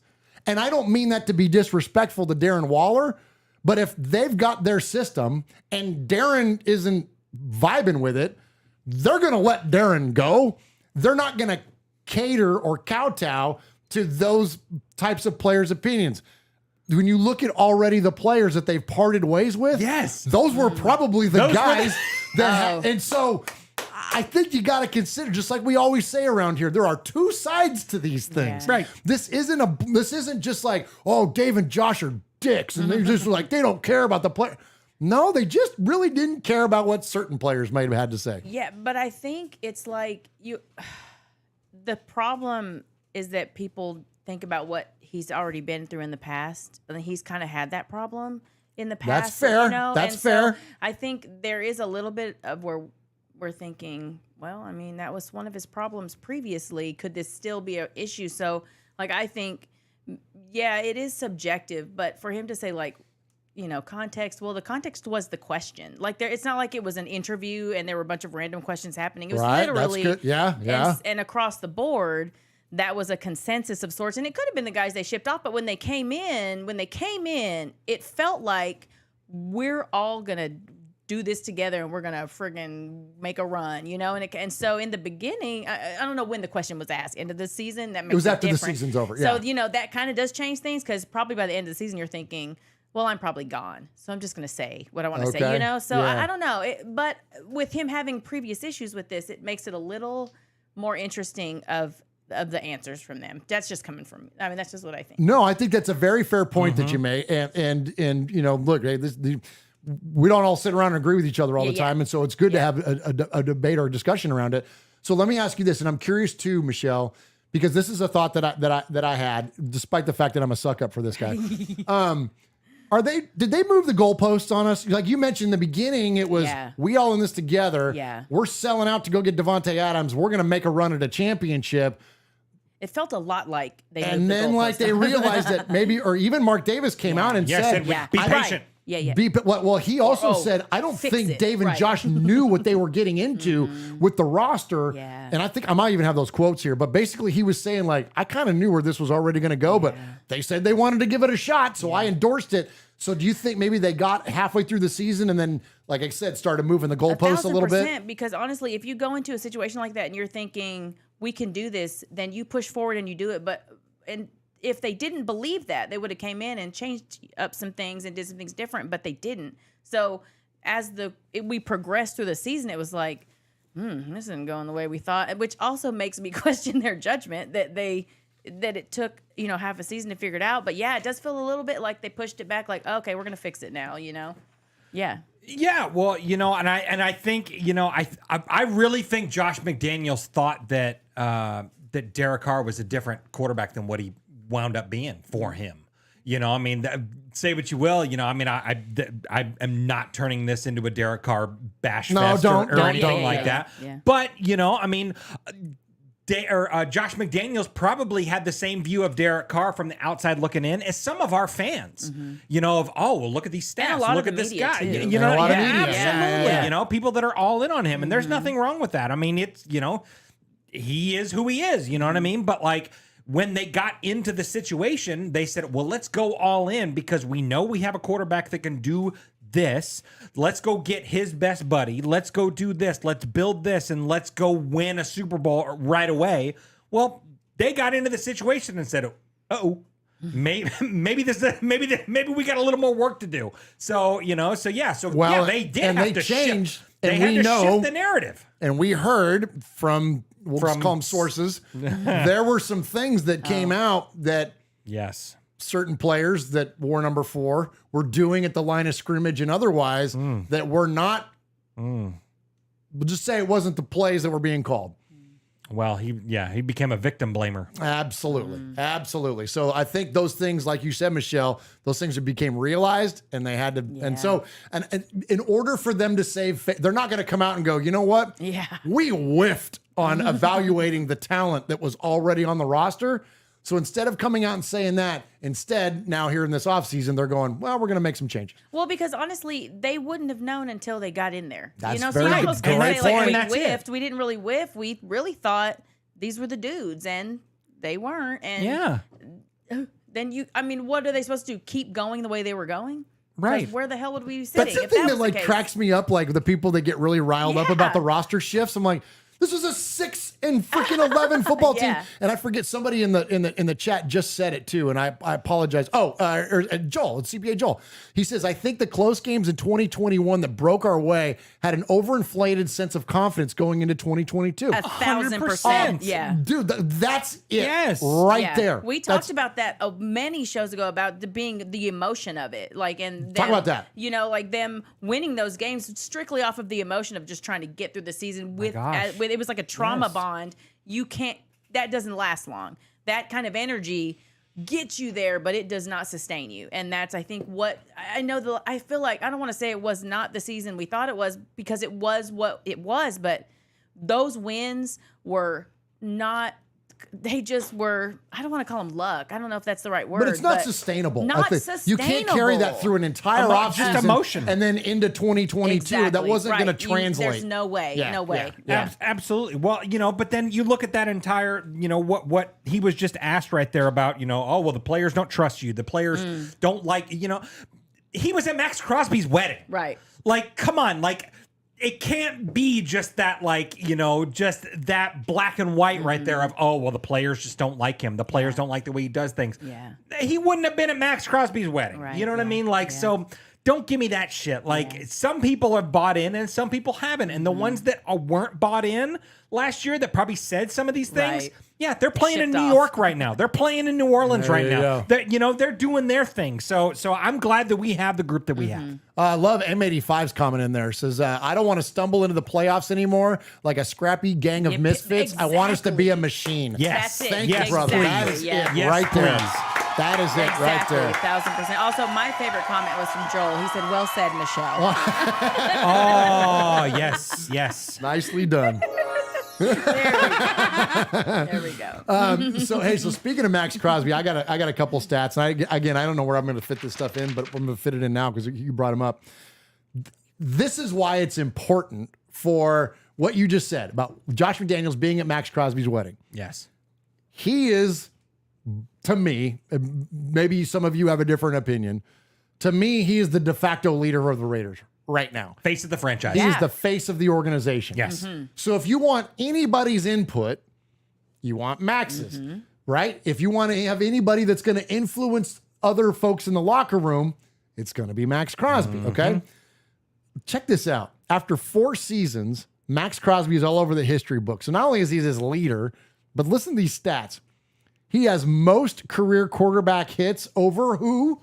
Khalil Mack. Ooh. He has 3 tackles for a loss. He's only 3 tackles for loss behind Khalil Mack for first place. He's top 10 in forced fumbles, and he's 70 sacks away from the Raiders record set by the great Greg Townsend. Yep. He's on pace to surpass that number in 2030. That's only 7 years, and he's a young man. And I would be willing to say that he probably is going to beat that. Like, quicker. Get there quicker anyway. And he says that that's his goal. His goal, right. That's his goal, right? So he's on Busting with the Boys, and that's what he said he wants to do, right? He does not have a plan B. My plan is to wear this shield forever. He's got it on his arm. He's got his thing. He knows what Greg Townsend's 107.5 record is, and he knows what his he's exactly 70 away. So he knows that's the goal. He wants to be the best defensive lineman that ever played for the Raiders. Absolutely. And he's going to get it. Absolutely. Oh, yeah. I think Yeah, so. yeah. I think so. So here's one last thing, real quick, and before we move off of talking about of last year. Yeah. So the NFL does this thing every year. It's kind of cool. They call it the season in 6 minutes, and they do basically it's a highlight reel of all of the NFL over 6 minutes, and it goes from training camp. We're not training camp. Goes from preseason, anyways. Through the Super Bowl. Okay. So in order to qualify to be on this reel, you have to be a great player. You have to be a great player, or there had to have been a great play on the field, right? Or you had to have been a great team. Okay. So obviously littered all over this thing is the Chiefs and right. The Eagles and all that stuff. Littered all that. The Raiders made 3 appearances. Okay, so remember, the criteria, I think, just by watching the thing, you either have to be a great team, you have to be a great player, or there would have had to have been a great play. Okay, Michelle, I'm putting you on the spot a little bit. Oh. Okay, what would the 3 things, what would you think that the 3 times the Raiders were featured in this 6-minute reel, who or what of the season do you think would have been featured? Who or what? Or what? Okay. So the highlight, all the I standouts feel like of there's 2022. a Devontae Adams catch in there somewhere, maybe. That's a great guess. It's not on here. Okay. No, but that's a great guess. Go ahead, Swaggo. You want to try any? Yeah, Chandler Jones's touchdown at the end of the year. That's it. yeah. That was a highlight. That's one. Absolutely, Spiking yeah. Mac Jones's Yeah. face into the core of the earth was one. Yep, that's one. We just talked about one of the other things. Okay. Which was who's it that Max player? Crosby? Max Okay, Crosby. okay. There you go. So Yes. they featured Max Crosby drilling Trevor Lawrence in the Jaguars game. Yeah, was a good So one. that was a good one. And then the last one I'll give to you is, you think about who is arguably, besides Devontae Adams, who is arguably our greatest player this season? Josh Jacobs. Josh, The run in Seattle. Absolutely. Right. Yeah, so it's him run through lunch, and it's him because he was the rushing leader. So he had a great player. So we had great player Max Crosby, great player and Josh Jacobs, great play in Chandler Jones, and then of course the team wasn't featured because it wasn't a great team. Yeah. All right. Okay. So next up here, we're going to stay on the Josh McDaniels quote train here, and let's check out. So we obviously we know he's moved on from Derek Carr, brought in Jimmy Garoppolo. We don't know what the Raiders are going to do at 7. There's now rumors of the Raiders moving up to 3 to take somebody up there. There's rumors of the Raiders moving back. I think this thing is completely wide open. And let me say this to you, Raider Nation. It should be. And anybody that thinks they know what the Raiders are going to do, you've not spent enough time in Vegas because you don't show your hand. Yeah. Okay? You want everybody, including the other 31 teams in the league, to not know what the hell you want to do. Now, granted, they're going to be having negotiations and discussions with any of these potential moves that they might make, if they make any at all. Right. But they want everybody guessing. It's a complete poker game at this point. So no one knows what they're going to do. Well, and no one knows what Josh McDaniels and Dave Ziegler are going to do because we've never seen them draft in the first or second round for the That's true, Raiders. too. You know what I mean? So, That's you know. if anything, all we know is this: they're willing to be aggressive. Yeah. That's what they did when they Yeah. went to go get Devontae. They're Yes. willing to participate in a blockbuster type deal. 100%. So, will the Raiders draft a quarterback in the first round? I don't know. But what I will tell you is that this is interesting.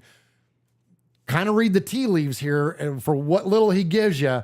But these are the traits that Josh McDaniels likes to see in his quarterbacks. I think you start with leadership, and you just saw our championship game, played a couple weeks ago, and, 2 incredible leaders of their football teams. And I think that's very consistent among the best players at that position. You got to have a great leader. has got to be able to have mental and physical toughness.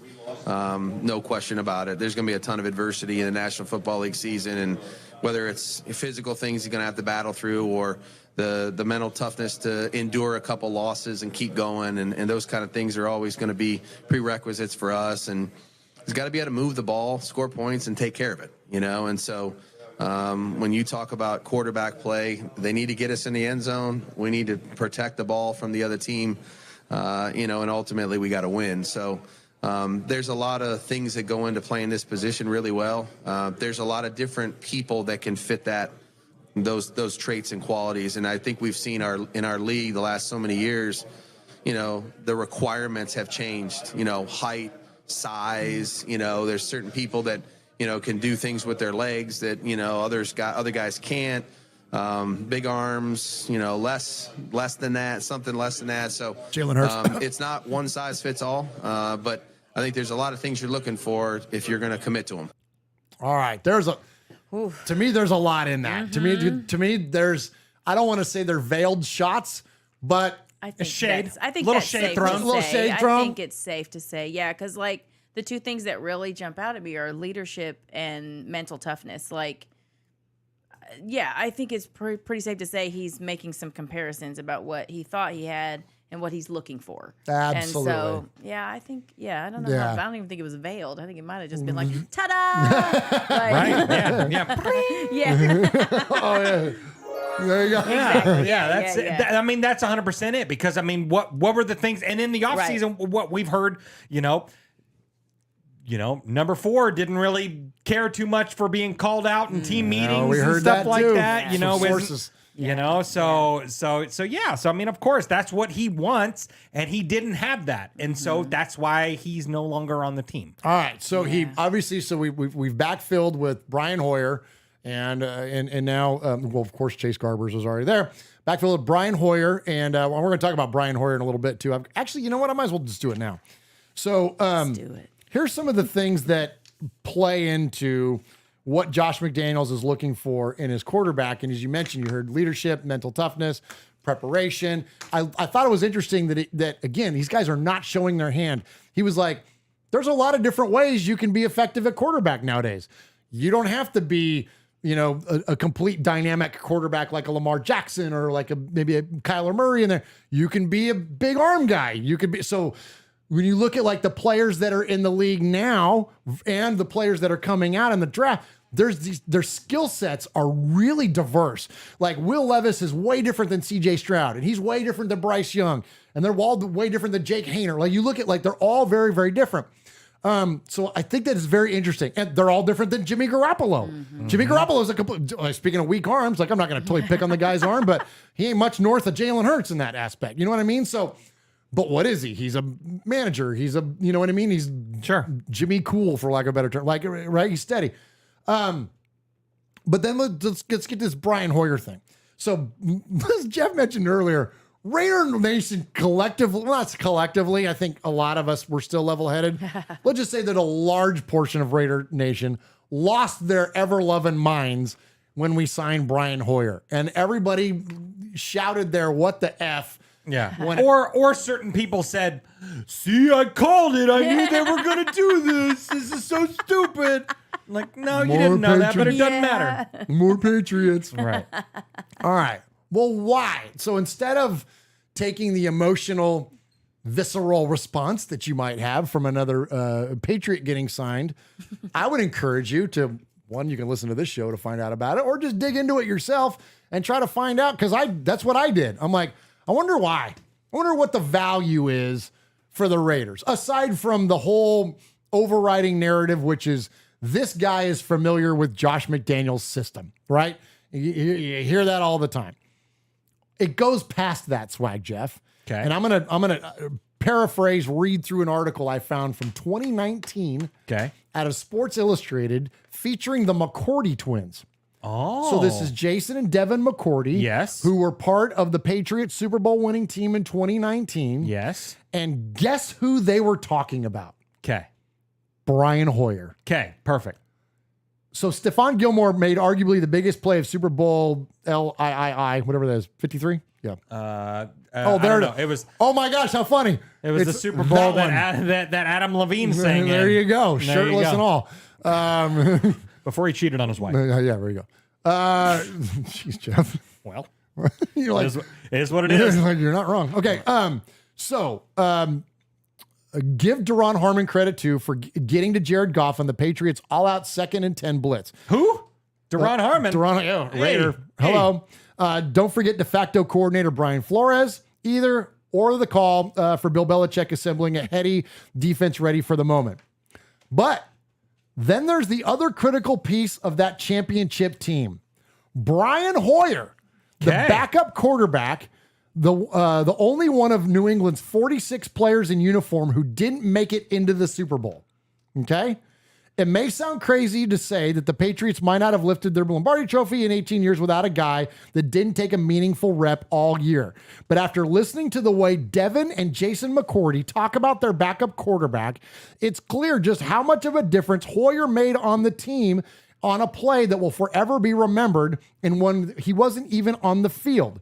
The coolest part about all that is the impact of how his impact has a way of explaining who the 2018 Patriots became, a group that squeezed every inch out of every roster spot it had. Here's Jason McCourty talking. Hoyer's been crucial.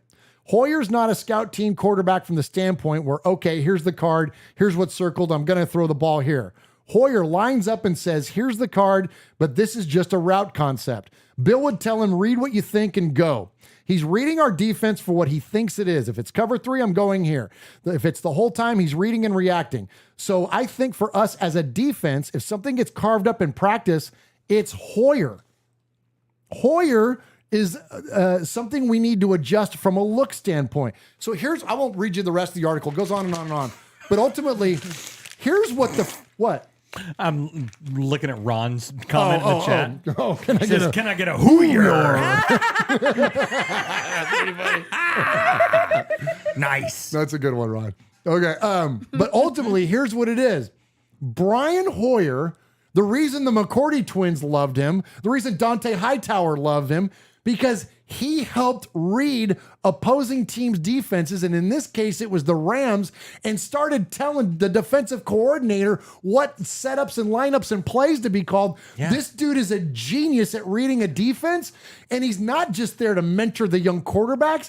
He's there to help them pick apart what the other teams are doing offensively, or defensively and offensively. Like, that's brilliant. He can read what the other offenses are doing and advise the defensive players. Perfect. And what do we need to be better at, Michelle, more than anything, according to everybody? It's defense, right? Defense. Yes. Yes. Your eyes were perfect in that. Yeah. I mean, hello. Yeah.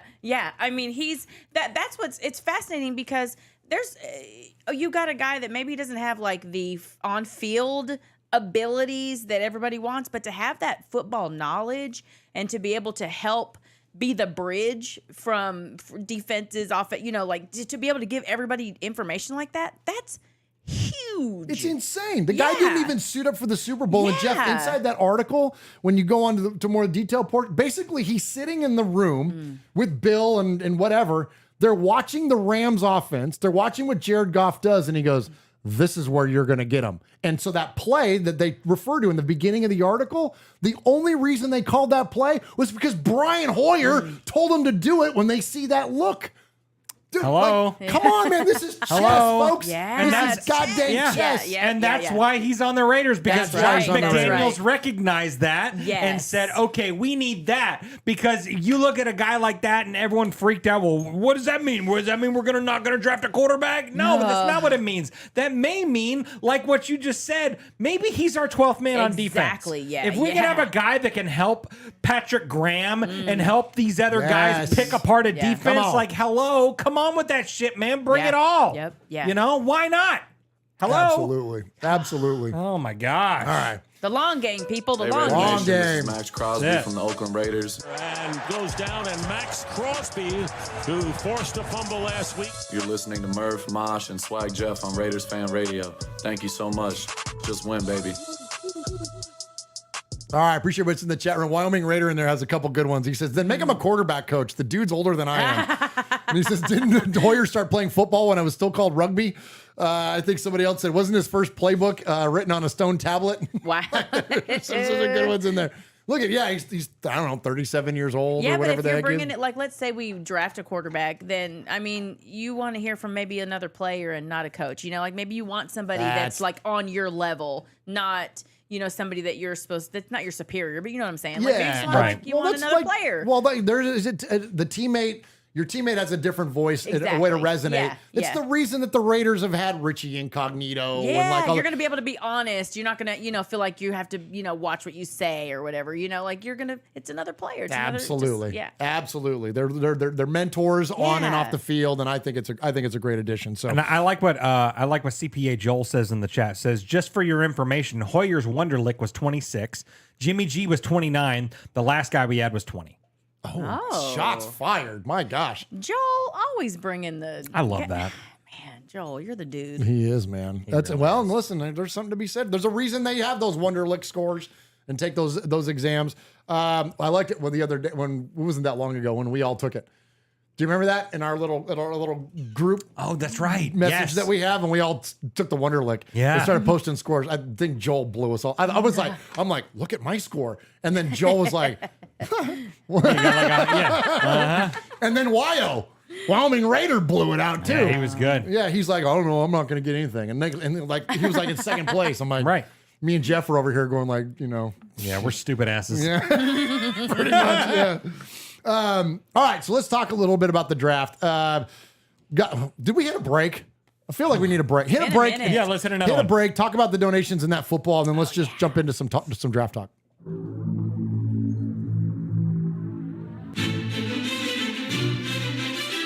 Patrick Claybon with NFL Network here. Hey folks, I know 3 things you might like. Do you like football? Do you like the Las Vegas Raiders? Do you like listening to things? I'll add a 4th. Do you like swag? Yes. Well, here we got the swag. Who doesn't? Murf, Uncle Mosh. This is Raiders Fan Radio. All right, appreciate you, Patrick Claybon, and the good folks over there at NFL Network. Yes. All right, so let's talk a little bit about the draft. So, first off, we gotta settle a little bit of controversy. Oh, okay. Controversy. Oh, we have that. We have a little bit of controversy. Oh, no. So go figure. Something happened on Twitter, and a portion of Raider Nation reacted adversely to it. What? No kidding. Crazy. That's out of character. Absolutely insane, Michelle. Because normally we're all so unified and all on the same page. So there was a situation in the with the apparel. Actually, I should let Jeff lead this conversation. But so the draft hats were released, right? Yes. And you know, and you include me in this group. A lot of us reacted adversely to it. Don't like it. Don't care for it. Yeah. Paul bought one. Oh. And I was like, oh, awesome. Like, good for, if you like it, then that's Dude, if it's got the Raider logo on it, like that's true. I still That is- pretty yeah. much I'd love still it. wear You know it. what I mean? Like I still rock it. That's true. Yeah, absolutely. Absolutely. And so again, it's not, this isn't me taking a shot at anybody that ordered their draft hat. And hey, use our link, go to RaidersFanRadio.com/gear, hit the link and go to Fanatics, and a portion of the money that you spend will go to the One Nation Foundation. There you go. So no shade thrown at anybody that bought the dang draft hat. But there was a reason that a lot of people looked at it and went, no, I don't care for it. That's because the shield stood out from the rest of the lettering on the hat. The lettering on all the other 31 teams has the team name and then their logo embedded inside the letters. The Raiders were not. And the criticism was, well, they just slapped the Raiders shield on top of the word Raiders. There's a reason for that. And it's because, Jeff, do you want to tell them the reason for it?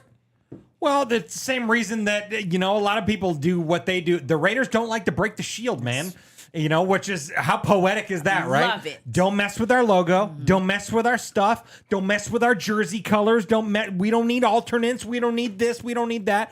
Leave the shield alone. And so I can respect it. You know, yeah, it doesn't go on brand with what the draft, but do the Raiders ever go on brand with anything that the league says? And I love that even more. So because of that, I might get a draft hat. You know what? I think you just talked me into it. Just talked into it. Yeah. So 100%, you know, I mean, our favorite draft hat that we've ever had was, you know, not just because we're here, but the one in Nashville, the one with the stars and stripes, man, that was was legit. pretty amazing. But like that reasoning right there of, you know, well, we're not going to break the shield. Like, okay, I can kind of get down with that. Like, why not? That's Let's just get it. Statement hat. Yeah.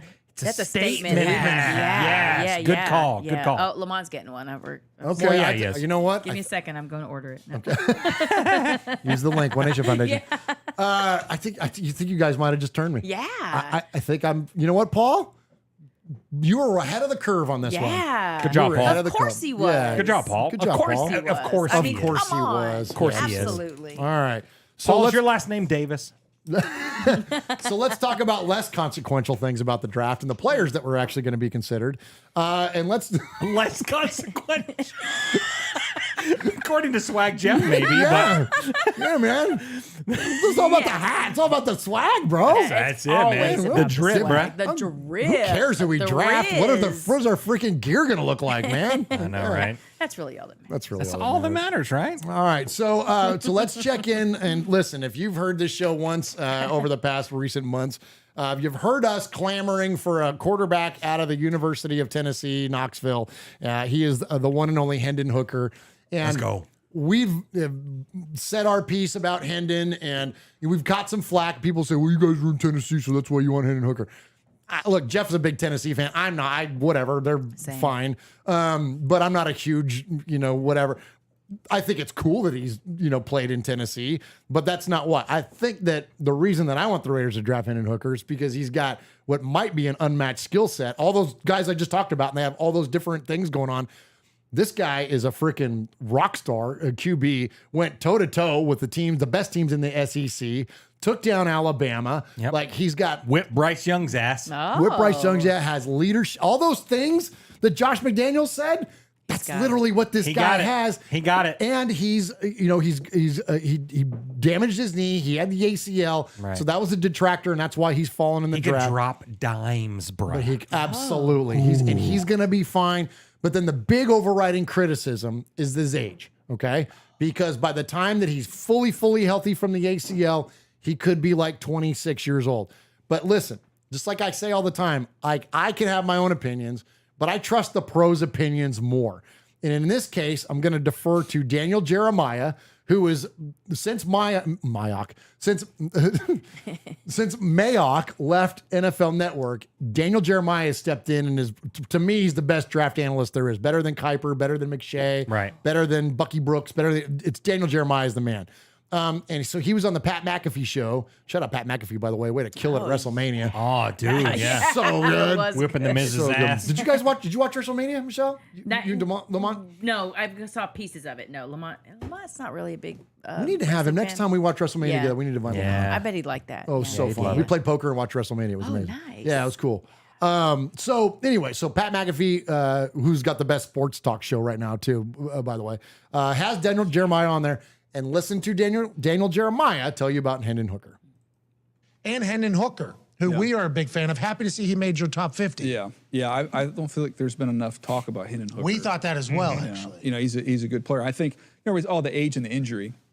Look, you should be thinking about things in terms of 4 and 5 years in the NFL. Everything can change. If you tell me right now I'm going to get 4, 5, 6 years of really above average, borderline, close to elite quarterback play, who cares? Take the guy's older. Take it. Amen.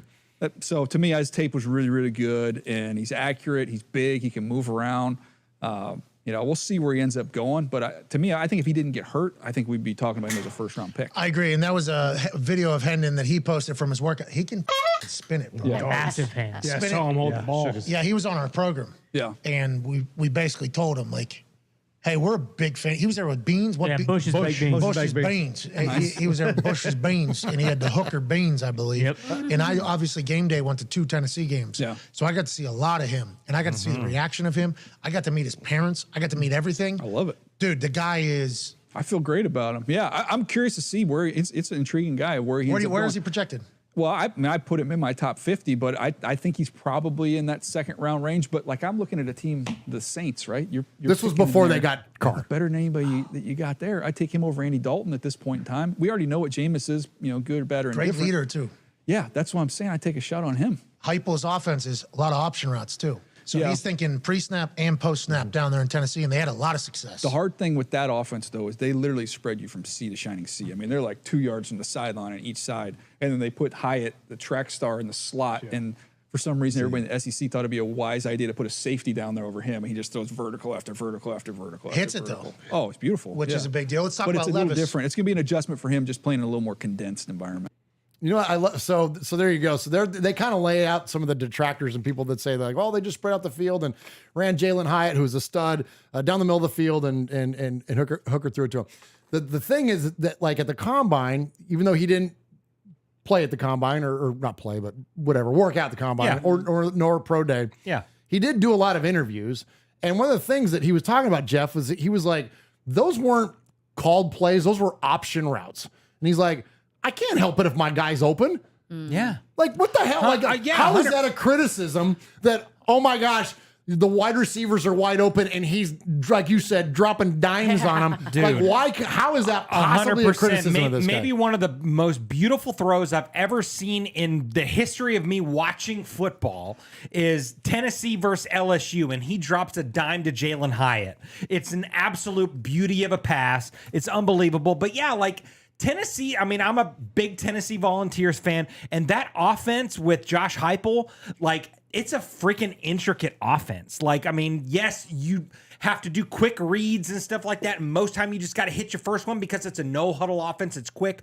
But no-huddle offense and quick offenses like that, like, that's a lot of split decisions that you got to do right away and stuff. So I think that translates really well into NFL, where, you know, a lot of times, you know, transitioning from college to NFL, it takes time to, like, really learn the difference of speed and stuff like that, because pro football is obviously a faster game than college and stuff like that. But when you have an offense like Tennessee does, you know, I mean, that's a quick offense. Like, I feel like there's like less transition and stuff like that. So whoever gets Hendon Hooker, and I really hope is the silver and black, whether that be that we trade back up into the first, or, you know, get the steal of the entire draft and grab him at 38 overall. Like, I really think that like that transition, and also like what we've said in the past too, like, 30, like, he's 25. He'll be 25 when the season starts and stuff like that. And like, yeah, that's old if it was 15 years ago.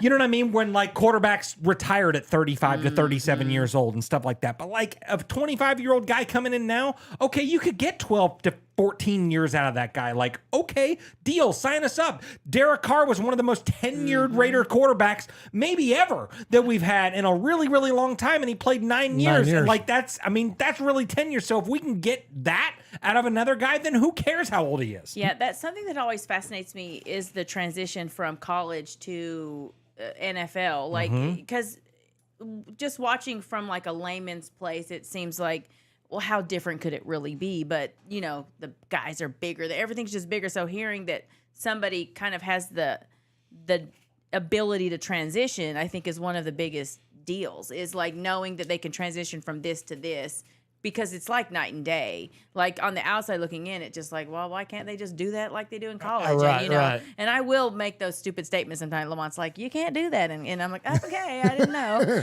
But because they just can't, because they're faster, they're bigger, they're stronger, they're all of these things, you know. So knowing that transition is maybe a little more possible, you know, that makes things different. It changes things. Yeah, well, for sure. And, you know, when you look at a guy's ability to play the game, you know, and yes, coming off of an injury, that's tough, man. That's really tough, man. You don't know what you're going to get post-injury and stuff like that. So in an ACL, that's really, really tough. So, you know, keeping it Tennessee kind of branded, whatever. You look at a guy like Jeffrey Simmons a couple years ago. Oh my gosh. That guy came off in, I mean, before the injury was probably a top 10 pick. And you could say the same thing about Hendon Hooker.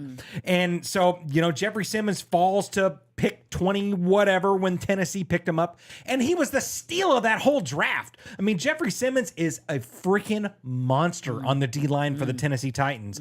And so, you know, so you look at a guy like Hendon Hooker, does he fall to the second? Does he go late first round or whatever? I'm saying whoever picks Hendon Hooker, I mean, like I said, hope and pray it's the Raiders, but whoever gets it, that'll be the steal of the draft. Well, I hope it's not somebody else in our division, that's for sure. Don't say that. Let me ask you this. So, and that, I got two questions for you, Michelle. Okay. So, first off, I think that the age, which is currently a detractor, is not as much of an issue, because what Daniel Jeremiah said, if you can get 4 or 5 or 6 years of high-level production out of your quarterback, that alone, to me, is justifiable, because instead of thinking in this like 20-year term or whatever, let's think of it in shorter terms. But then also with age comes wisdom. Yeah. And there are we're all immature in our early 20s, Right. including me, right? Yeah. Oh, So to have somebody that has that extra year or two, I think can be valuable from a leadership position. And then the last thing I want to ask, so I want you to talk about that. Okay. And then the last thing I want you to talk about is that we say all the time around here, we're not going to get married to players pre-draft, because like I mentioned, if they end up in your division playing for another team, all of a sudden we're not going to root for those guys anymore. As much as we can admire the young man and what he's done to this point, if he wears orange and blue, he's, you know what I mean? Dead to me. Exactly. Yes, yeah. So talk a little bit about, are we getting too married to him? And is the age of a value can actually be looked at as an asset? Yeah. I think age absolutely can be looked as an asset, because when you're like, I mean, I don't want to say like Kirk Cousins is old, but like, you know, like those like guys that are a little more developed, like they're able to like glean information from maybe other places they've been or other teams that or what they've seen, or like they just have, and I think they're more like established at home. They're probably not like out like, you know, I don't know. You know what I'm saying? Yeah. So like I think just a little more established, and they just have they have more years behind them where they can give knowledge and give like, you know, information to younger players that are coming in. So, you know, you just want a bunch of young players. It's like letting a toddler house, just all the toddlers. There's no teacher, you know, like there needs to be somebody in there to like give information and knowledge. And then speaking on the draft, for me personally, I've been trying to pay more attention because I don't want to like sound like a dumbass. So like I'm trying to pay more attention to what's going on, but I really don't like to pay a whole lot of attention. Hey, big guy. This is so cute. I don't want to get attached to somebody that I think is going to take the Raiders and like run them. Bummer, come here. Oh, it's so cute. Sorry, Michelle. No, gosh, don't be sorry.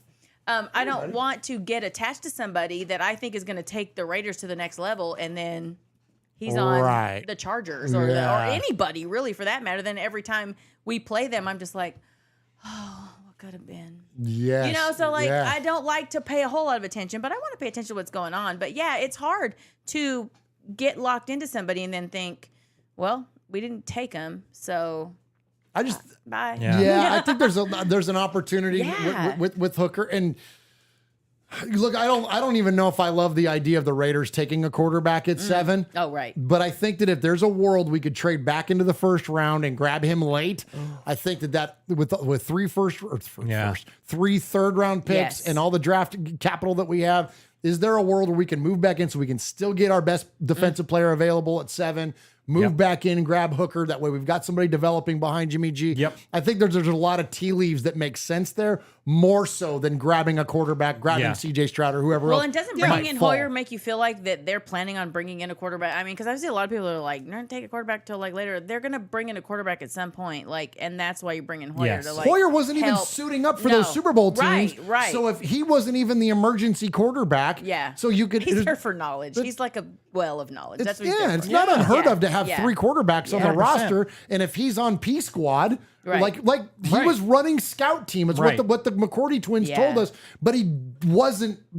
His knowledge set and all that is not that of a typical scout team QB. Right. So he's on the staff to be those additional eyes and strategy, whatever. Right. You know what I'm trying to say, Jeff? Yeah, for sure. Well, you know, if there's an off season, if there's a draft where, you know, you trade away some picks and stuff like that to trade back up into the first round, maybe even a player or whatever to get back in the first. I think we need to get ahead of Minnesota. Oh. That's the one. I feel like if Hendon Hooker is going to go in the first round, it's going to go to a team like Minnesota with a guy that, you know, is, you know, in the latter portion of his career, like Kirk Cousins is, you know, you got to get ahead of them. So I don't know who you trade with to get back up, but this draft is heavy on defense. Like you could get some guys in the 3rd, 4th, 5th round, you know, the Mozzie Smith out of Michigan and stuff like that, defensive tackle, stuff like that. There's a lot of options on defense late in this draft. So with us having all these picks, we've got 12 picks, like, get rid of some of these guys, go get your guy, and then you still have all these late round picks to go and build your team. Like if there's a draft to do it, it's this one. Absolutely. Yeah. Yeah. All right. So next up, let's go ahead and check in with. I wrote DMZ. It's not. I always thought, is that something new? Has somebody jumped TMZ? It's Dave McZiegler. Oh, perfect. Yeah, that's even better. Is it really? Dave McZiegler. In my brain, that's what I wrote. Perfect. I love that. DMZ. I love it. But anyways, let's. So it's just Dave Ziegler as he prepares. Dave McZiegler as he. That's where I'm gonna get all my news from now on. DMZ. Somebody quick make a Twitter handle. Yeah. Dave McZiegler. Yeah, right. At Dave Hurry, do McZiegler. But anyway, so Jeff mentioned earlier in the show, like this is the first time we've seen this regime have a full draft. Last year going in, all we had was that third rounder to lead it off, where we drafted Dylan Parham out of Memphis, group of 5 guy. Shout out the group of 5 guys. And so anyway, so now that we've got a full draft, like not even arguably beyond a full draft. Yeah. There ain't 7 picks. There's 12 of these suckers we're getting ready to see, and it's going to be awesome. So let's jump in and listen to DMZ tell us about his draft preparation for this year. I felt at the end of the day, we ended up being pretty prepared last year. Now it was a little bit more crammed, but I think I felt prepared when we got to the draft process. I think, will we be more prepared? Will we be more in sync? Will we have more clarity this year? I think so, just from spending the amount of spending time and again, working a full calendar year in the system that we currently operate in. You have to remember last year, we had a lot of scouts that were either already with the Raiders or came from another organization. And so there's a whole period of time there last year that was just, yes, they were out there evaluating prospects, but they were also trying to figure out learning our grading scale, learning how to talk the language that we speak, learning the type of, just to pick one position, the specific type of linebacker that we're looking for. So while it was productive when we were prepared, there was a dual thing that was going on. It was evaluating, but also learning on what I'm supposed to be evaluating. And so it's going to be a little bit tighter. Everything's going to be a little bit tighter, a little bit more detailed, a little bit more continuity because, of spending that time together. So that's interesting, Swag Jeff, because we hear so much about Josh McDaniel's system. Right. Ain't nobody talking about Dave McZiegler's system, but that right there tells you he runs a scouting department in a very unique way. What that way is, I don't know, but from their scoring and rating systems on players and the way that they evaluate talent and then attribute whatever their numbers are to those players. Right. Sounds like it's a lot different than a typical scouting department. Yeah, absolutely. Well, we talk about it all the time, but watch that podcast or listen to that podcast with Bussin' with the Boys with Dave. He talks a lot about about his grading scale and stuff like that. Dave Ziegler has done a lot of things in many different roles with different organizations. He was with Denver. He was with New England, obviously, for a long time and stuff like that. So he learned through his process and through his career how to grade players in certain ways and stuff like that. So until proven otherwise, I'm going to 100% trust that he is grading and doing the right things. He brought the best draft pick to the Raiders of the entire draft last year in Devontae Adams. That's right. He graded those picks those draft positions and stuff like that and said, no, we can go get our number 1 wide receiver for the next few years. So I'm all in on what he's got going on for sure. Yeah. We just can't blame him for the previous mistakes of previous regimes. And you really have to.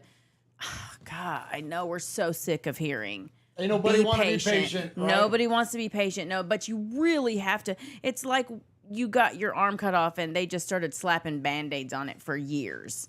They had to take the whole damn dressing off and start over. So you really have to erase all that we've been through.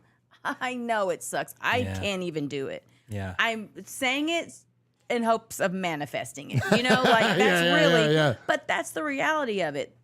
We can't blame them, and all we can do is trust. And and I know people always know the right things to say. What he's saying, I'm hearing it and I'm liking it, and I'm gonna write it out and see what happens. That aside from giving myself some sort of ulcer from being so frustrated, why would I do that? Give it time. Gotta give it time. And I love he's not. You don't know a whole about what they're doing. And a very famous man once said, "Real G's move in silence like lasagna." Amen. I believe that was Lil Wayne. I believe that was Lil Wayne. There you go. I'm just saying, let them do. Like you said earlier, let them cook. Yeah. Let them do what they're doing. Like, man, who knows where we are next year, even this season. Like, shit. Be excited, man. Yeah, 100%. Well, like you said last week, Murph, you know, the Chiefs are the standard, right? That's it. So we're They're the bar, yeah. We're building. And yes, we might not be there next year. I've already called it like I did a couple shows ago. We're going to beat the Chiefs this year. We're going to beat them once. I don't know whether it's at home or on the road, but we are going to beat them this year, and it's going to be glorious. But that's the standard, right? That's the goal. So we're going to build to do that. So yes, a lot of people don't want to be patient, but hey, guys, we've been patient for the last 39 years. You know what I mean? Right? So one more. You can do another year or two of this shit, right? So come on. Hey, Nation's in there, Swaggo. Hey, Nation. Hey, respect. Thanks for the dome, bruh. Absolutely. Good stuff there. All right. So we're in draft season. We talked that, you know, we could have quarterback, obviously, at number 7. Christian Gonzalez, the cornerback. I love him. Who we all love out of Oregon. Wearing number 0. We're going to talk about zeros here in a second. Yes. But also, there's a name getting floated around a lot, and I think it might have been Jeremiah. It was one of the big draft analysts that was saying that the Raiders might be looking at taking another edge rusher. It's interesting when you look at the way that teams are built. You know, first and foremost, you have to have a franchise quarterback. Like if you don't have a go-to franchise quarterback, then you're never going to win a game, or at least not many in the NFL. So that's the most important position in the NFL.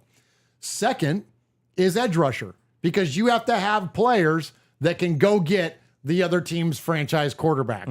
Thirdly, you need to have a left and or right tackle, because you have to protect from the other team's edge rushers coming to get your franchise quarterback. You kind of see how this thing cascades downhill.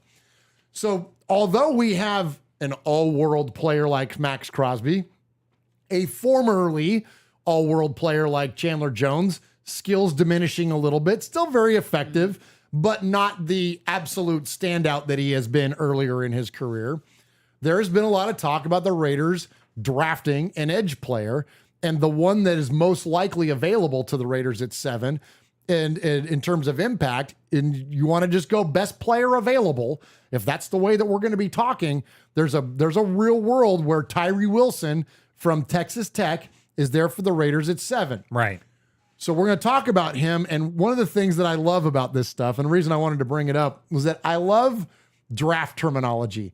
The analysts have these really funny ways of describing players. I'll never forget Mayock had 2 that used to crack me up. Oily hips and heavy-legged waistbender. Like there you go. Crack me up. Like, those were like legit like scouting reports on players. Yeah. Well, and Dave Ziegler has one. He calls people like lunch pail kids or lunch pail guys. Oh, lunch pail guys. Sure. Yeah. Oh yeah. I love those terms. Yeah, absolutely. I love it. So here's Daniel Jeremiah. We talked a lot about him tonight. Okay. Here's his room. Stacey Russ. No, that's funny. He says, I miss my oily hips. He lost those in Vegas at the first game. Which that night he was a heavy-legged waistbender. Yeah. He oiled up everything, more than just his hips in that one, thanks to Jameson. Hey-o. Oh, nice. Nice. Perfect timing. So here's Daniel Jeremiah's report on Tyree Wilson, a long-limbed defender who figures to turn into a full-blown nightmare for opponents if he continues to grow into both his frame and his game. Wilson's combination of traits and athleticism should yield flashes of dominant play in both phases as he continues to get bigger and stronger. Okay, and it goes on and he talks about all the different, skill sets and overview. But here's the strengths that he lists, okay? Elite size with a massive wingspan. Posted high-end production with extensive upside still available. Controls tight ends at the point of attack. Wrecks run plays with hard backside crash. Length allows for improbable tackles from distance. Swings long levers for slap and swim rush wins. That might be the highlight. Inside stab move, knocks table off balance and opens rush door inside. Knocks table? Yeah, tackle. Oh.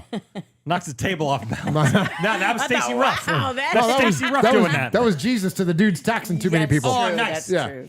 Cuts through the B gap and into the pocket on end tackle twists. Possesses traits to grab early control of the rush rep with more work. Slices through redirection and recovery blocks like butter. Oh, like butter. I like butter. Okay, here's his weaknesses. Lacks explosive get off and ability to bend and flatten at the arc. Okay. Hands need to become more skilled and violent as a pro rusher. Can be upright and narrow at the point of attack. Slower to process movement and loses his contain. Delayed punch and separation, allowing blockers into his frame. And finally, needs to attack blocks with a little more bitterness. Okay. All right, there you go. All right, there you go. Well, Paul said that those oily hips, that's the first 2 pages of Philip Rivers' autobiography. Oh, jeez. Yeah, hey. The line that stood out to me, and I don't remember it specifically, but it had something to do with the tight end and the point of attack. And all it makes me think about is someone that can freaking get on Travis Blow up Kelce. Travis Kelce, Right? That's all I heard. 100%. That's all I heard, man. Yes. Amen, What was the Michelle. line? I was the tight end, something about a tight end at the point of attack. That's all I heard. That's all I heard in Yeah. that. All right, let me find out. We'll take him. Can handle the tight end at the point of attack. Something, Or yeah, something like that. All right. blow him up. Controls tight ends at Controls the point tight of ends at attack. the point of That's attack. what I'm talking That's about. exactly Yeah. what we need We'll right take there. So tight end comes up to try to chip or something like that. Man. He Come on, handles business. Tyree. Yes, that's Yeah, what we good. need. Good call, Michelle. And he's a all I heard. Texas Tech guy, so he knows how to beat up on Patrick Mahomes, There you right? go. Oh, there you go, know? man. Absolutely. Red Raider jackasses. Oh my gosh. Yeah, let's go, Tyree. Tyree Wilson. I think I'm in. Now I'm think in. Well, I'm Yeah. in I'm after in. that. Yeah. I'm in. How can we not be? I'm ready to divorce Hendon Hooker and marry Tyree Wilson. Yeah, Easy with that seriously. shit. Easy with that shit. Hit us a break, Swag Jeff. You're listening to The Violator, and I'm live on Raider Fan Radio. Where you at, baby? Hey, so if you tuned in late, where the hell were you? But hey, we're raffling off this thing right here. It's a signed silver football with Ray Guy, all-time greatest punter of all time, Hall of Fame 2014 right there. JSA certified right there. Get in the mix, man. Every $10 donation gets you one poker chip into the running to win this bad boy here. We've raised, we're over $100 for sure tonight. Nice. So yeah, so much go. respect. And then the secondary prize tonight will be this signed football from Super Bowl. What is that? 50? Is that 53? I think it's 53. Is it 53? The Yeah. LIII? Yeah, 53. And if you're a big Maroon 5 guy or gal, then this night is yours. Good stuff Get there, in the mix. Swag I mean, Jeff. there's not a lot of those out there, I would imagine, right? It's I mean, a select group. It's a select group. probably just We a have handful of them. 104 people watching now. Surely one of you is One a of part you. of the Five. No, Maroon I'm 5. talking about the ball. Oh, There's the not ball. A lot of Oh, those this is out like there, no. right? So That's hey, like so I want to come get on. so much respect to my dad's girlfriend Melissa. So she donated this ball to the One Nation Foundation. So Melissa wins every raffle ever. Thank goodness she's not in the chat because she'd win every week. Oh. She'd win every week. So it was a thing with Pepsi because Yeah. Pepsi did the halftime show or whatever for that. So she just like text to win or whatever, and she won the prize. This I is mean, like this a, is like probably musical like a, memorabilia. it's like a one of two or something like that. Like this is like a super It's a legit legit item. piece, It's a man. It's a legit, legit yeah, piece. yeah. Yeah, good stuff there. So appreciate you, Melissa, for donating that ball. Yeah, and appreciate- Wyatt Raider, he's a Absolutely. He Wyatt wants the Raiders. ball. He's a big Maroon 5 Big guy. Maroon 5 Maroon guy. 5 guy. If he's not talking about the Ray Guy one, No, whatever. no, we're- he's no. That's Maroon no, 5. no. There. Jeff's left or right Wyatt ball. Raider, That's what what we he need to know. he splits logs out in Wyoming and listens to Maroon 5. Yeah. That's what he does. I mean, how uplifting that must have been. My that gosh, must be. absolutely. Film that. We want to see that. We Yeah. want to see you listening to Maroon 5 splitting logs. Like it was Absolutely. I feel like Barehanded. there's a He cuts down trees barehanded. and carries them in on his shoulder. Yeah, Absolutely. listening to Maroon 5. Yep. Listening to Maroon That's- 5. That's the Solid. linchpin. It's That's the solid. Maroon 5. Yeah, it's right? solid. Yeah, he's got the moves like Jagger. Yeah. Yeah, you did. Oh my god. All right, so Maroon let- 5 should be like giving us money. We just really pump them up. I know, They just right? Really, Yeah, Right? Just- Yeah, yeah. we might be the only people pumping them up right now. Wyoming Raider says I use my teeth. Of course you do. on Of the course. logs or Maroon bites down. 5. Hey, bites down trees. Don't use your teeth. Wyatt. Don't do that. that. Don't do All that. right, so let's go. So this is a fun story. So I got a couple random things for you before we get to the Sea of Fans mailbag, which is where we hear from you, and because more of you and less of us is a good thing. Right. So I'm a big fan now. I'm a big fan of Austin Hooper. You know, me too, dude. I Me too. I kind of like this signing. of Austin Hooper, of course, tight end for the Falcons, in which he had a pretty modest career as a Falcon. Then he goes over to the Cleveland Browns, and actually, I take that back. His last year with the Falcons was pretty darn good. Right. He played in 13 games. He started 10 of them. He had 75 receptions for 787 yards and 6 touchdowns. Pretty respectable. Then he goes to Cleveland in 2020.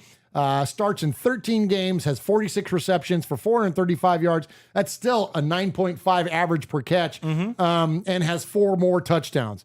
Then next year, production drops off a little bit, but so did the productivity at quarterback, so that kind of makes sense. Right. And then in 2022, he plays in 17 games, all 17 games for the Tennessee Titans. He only starts in 2 of them, but he has 41 receptions for 444 yards, 11-yard average per catch, and 2 more touchdowns. Right. Like, the dude's got freaking legit numbers. So yeah, I want to give definitely give respect to Austin Hooper. What are those numbers compared to Darren Waller last year? Well, there you go. And dude started 17 games. Or played in 17 games. Resilient. Yeah. How many games did freaking Darren Waller play in, right? So anyway, so good stuff there about Austin Hooper. So I'm looking forward to him on the field. But also, Austin Hooper and Jimmy G are boys. Oh. Even better. I didn't know this. Even better. And guess what? They were hanging out one night in Nashville. They were. Yeah. And listen to what Austin Hooper had to say about Jimmy G. So I gave you the Austin Hooper side of this story. Then there's a Jimmy G component to this story. This is pretty damn funny. So listen to how Jimmy G, what his life experience is like when he's off the football field. A brothel offered Jimmy free sex for life already. Welcome to Vegas, Jimmy. I feel like of all the things Jimmy needs, that's probably not high on the list. Like, he's probably okay on his own. I was with him in Nashville. We're just hanging out, having a drink, right? And that was the only time I've ever seen women actually get into a physical altercation over who's going to talk to Jimmy. And the whole time, like, we were just sitting having a conversation. Both of them were coming up, being a little thirsty, and Jimmy just being good. Oh, hey, good to meet you, whatever. And it's like, no, I want to talk to Jimmy. No, I want to talk to him. And then we look over and just a whirlwind of nails, extensions flying. I was like, oh my God, like, is this real life? And you can tell, like, this wasn't Jimmy's first rodeo because he was just calmly just takes a sip. It's good to see you guys. Just what a baller. On to the next play. And then they're like, where's Jimmy? Where's Jimmy? And you see Jimmy just sneak in the cab. I was just like, that's a quarterback right there.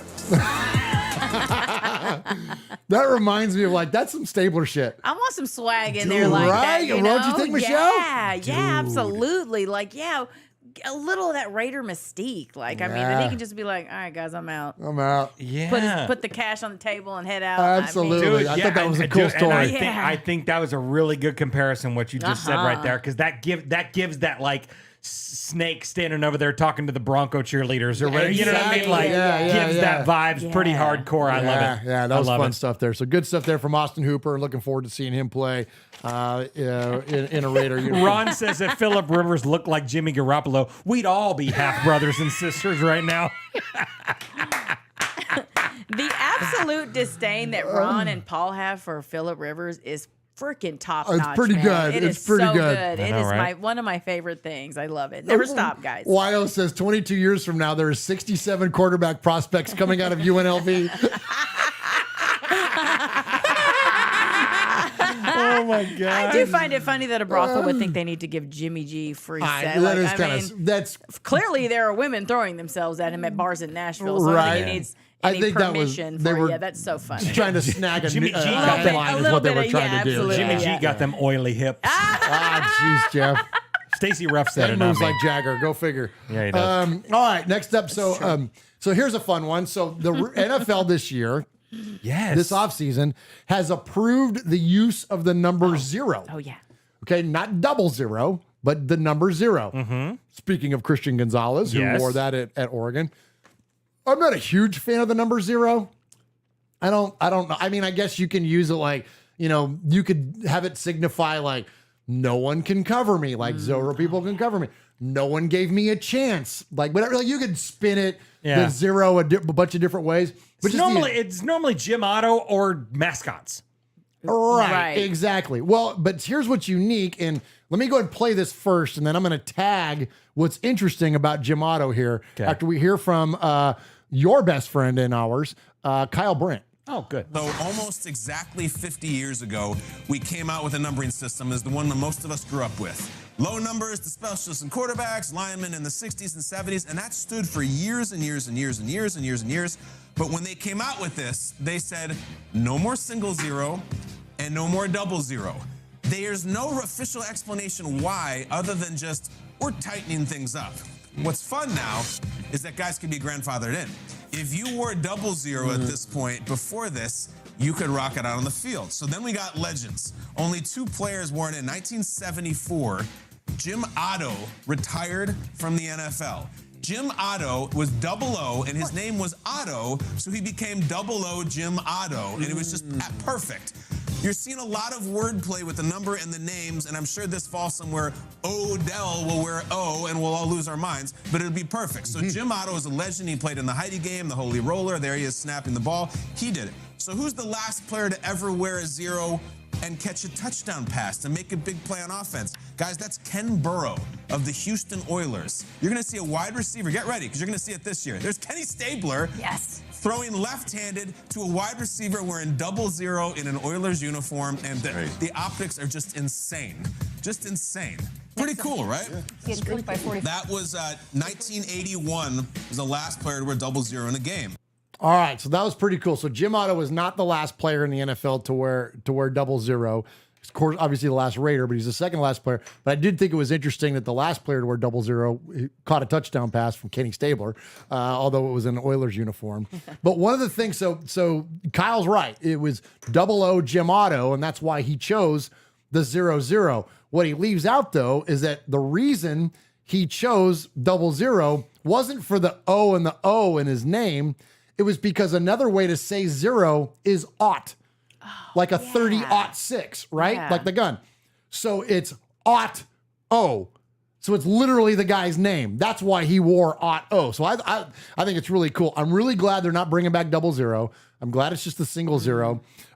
Marcus Epps, who is just newly signed Raiders safety, is wearing the number 1, which I think is interesting. We've only had 3 other players wear the number 1. It was Ronald Curry before he became a wide receiver. It was when he was a quarterback for the Raiders. Right. Then there's, of course, Deshaun Jackson of recent history. Yep. And Tyron Johnson, also another wide receiver in recent history. All wore the number 1. So I'm asking you guys this. Right now, no one's wearing the number 0. Right. Is there anybody that you think would be a fit? Like he mentioned in there Odell. Like, okay, I get the O for Odell. Like that would make sense to me. Even though, again, I don't care the aesthetics of it. But is there a player you could think of for the Raiders that would wear 0? I can't really think of anybody. For some reason, maybe it's because of the aesthetics of the number 5. I think of Divine Diablo. Oh. Like maybe something like that. Diablo. See, there you go. Well, and if we draft Hendon Hooker, then Diablo will go to 0 and Hendon Hooker will go to 5, which you wore at UT. At UT. Yeah. So I don't know. Anybody that jumps out at you, Michelle? I can't think of anybody. And I don't know if I don't know if that looks good on our jersey. Yeah. I don't know. Maybe in those, like, you think about like some of the more, ornate jerseys nowadays, like the Rams and whatnot. Like maybe that works, but like just the classic Raider jersey, like, I don't know. I don't know if I'm down with it. So like obvious, like it would be weird. It just seems like it would be weird to pick it and it be so like hard to explain. And you know what I'm saying? Like it would have to be like specific. Well, I think that like if you're, like he mentioned Odell, if you're Neil O'Donnell, right, or somebody like then there makes sense. Chat room, what do you guys think? He said M85 says our center should wear 0.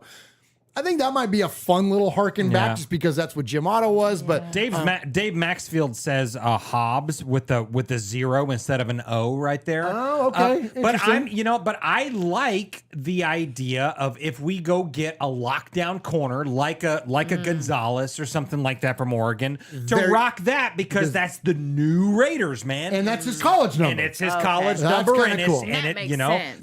In 2023 we can wear the 0. So let's get a 2023 draftee to rock the 0 there you go. and set that standard. That's it. That's the You solved the puzzle, Swaggo. Good job there, buddy. Thank you. And I want to shout out and give respect to Foxy Scorpio in the chat room, who drops a $50 donation.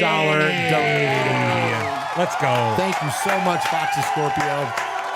That will get you 5 entries into the running to win either the Ray Guy autographed Hall of Fame football from 2014 or the Maroon 5 autographed football from 2019. And Foxy Scorpio says, I hope we draft Hooker and the wide receiver. Oh, jeez. Tommy Goldsor. Oh, him, yeah. Tommy Goldsor out of Southern Toledo Polytech. Everyone is sleeping on Goldsor, but that kid has the goods.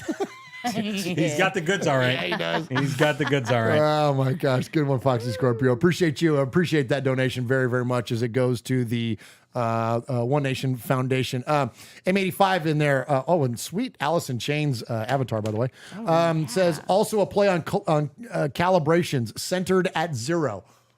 So the center wearing 0. Okay. Makes sense. Yeah. I can get down with it. I'm down. That's fun. That's good stuff there. So appreciate you. All right, more of you, less of us. Let's go to see you fans. There he is, baiting, looking. He's under the gun. He's caught. He's thrown. It is.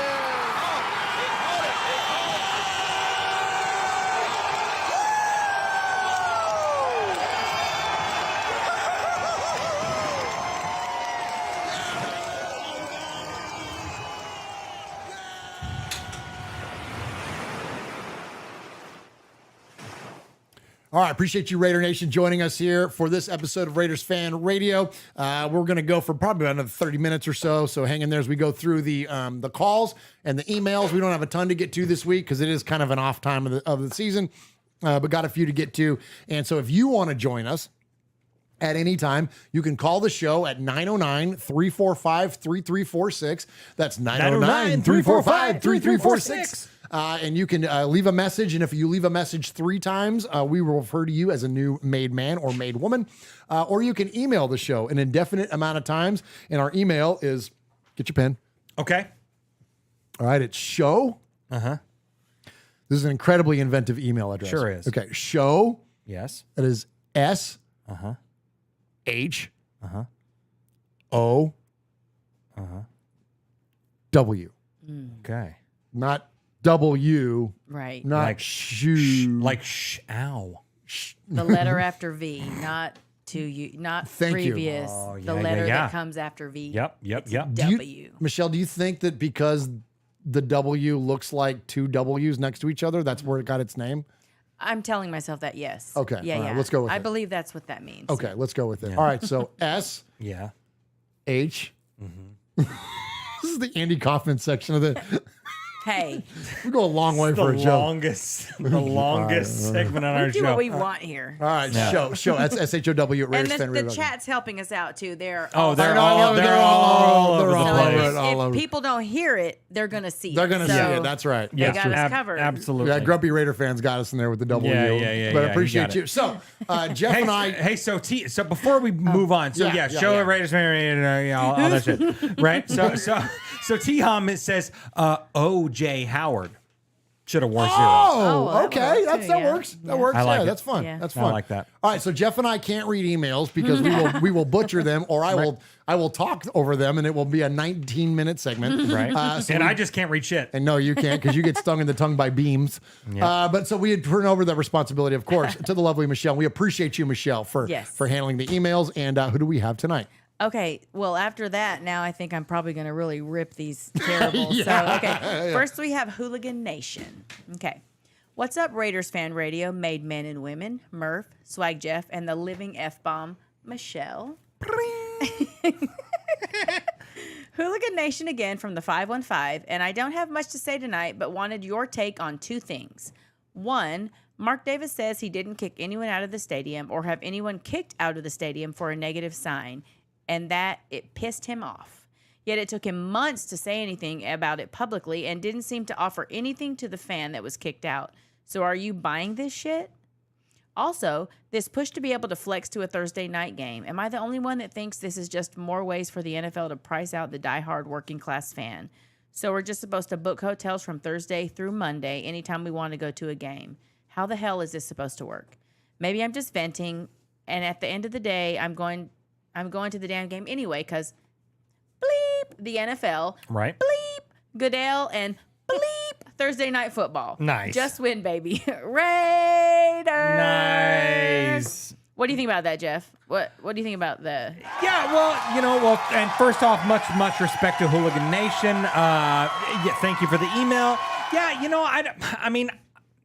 I trust Mark. I really do. I really don't think that. I don't think he saw that sign out in the crowd and goes, "Get that guy out of here." I really don't think that, because I think, at the end of the day, he kind of said too, like, I'm a fan as well. Like, he knows that we deserve better. Right. So, like, he probably kind of halfway agreed with the sign. How could you not when you have a 6-11 record at the end of the day? Yeah. And that's why we're making the moves that we're making, because we deserve better and we're building something better. Yeah. So yeah, no, I agree with that. And, what's he gonna do? Right after that, is he gonna be like, oh, I agreed with that, or I kicked that son of a bitch out? You know what I mean? Like, he's not gonna do that. People probably asked him, and for the 100th time, he probably was like, okay, fine, I'll address it. Yeah, I didn't have anything to do with that shit. Yeah. Well, because I guess at what point would he just come out and address it without being asked? Because I'm sure things happen.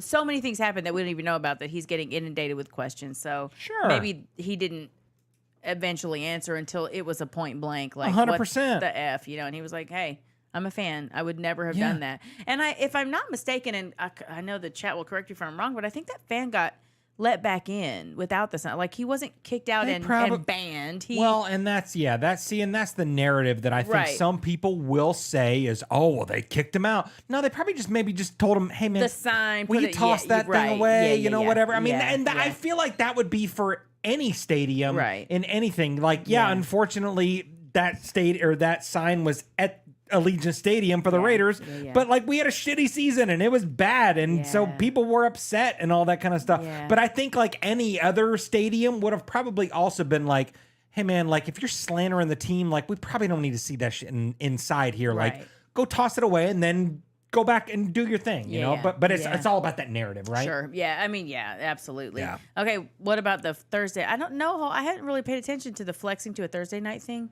What is that? Do you know what that is? I'm gonna have to look I have into no that. idea And what he then, was talking about either. Hooligan Nation, I'm gonna look into it. We're gonna I look like into it. Thursday We'll get night back to football you. because we get to watch Raider games here in Middle Tennessee. Yeah. So well, I like think it Thursday sounds night. like he's saying being able to flex to a Thursday night, meaning I guess they would move your Sunday night game to a Thursday night. Is that what that? I don't know. I'm gonna have to look into it. So Yeah. As far as like the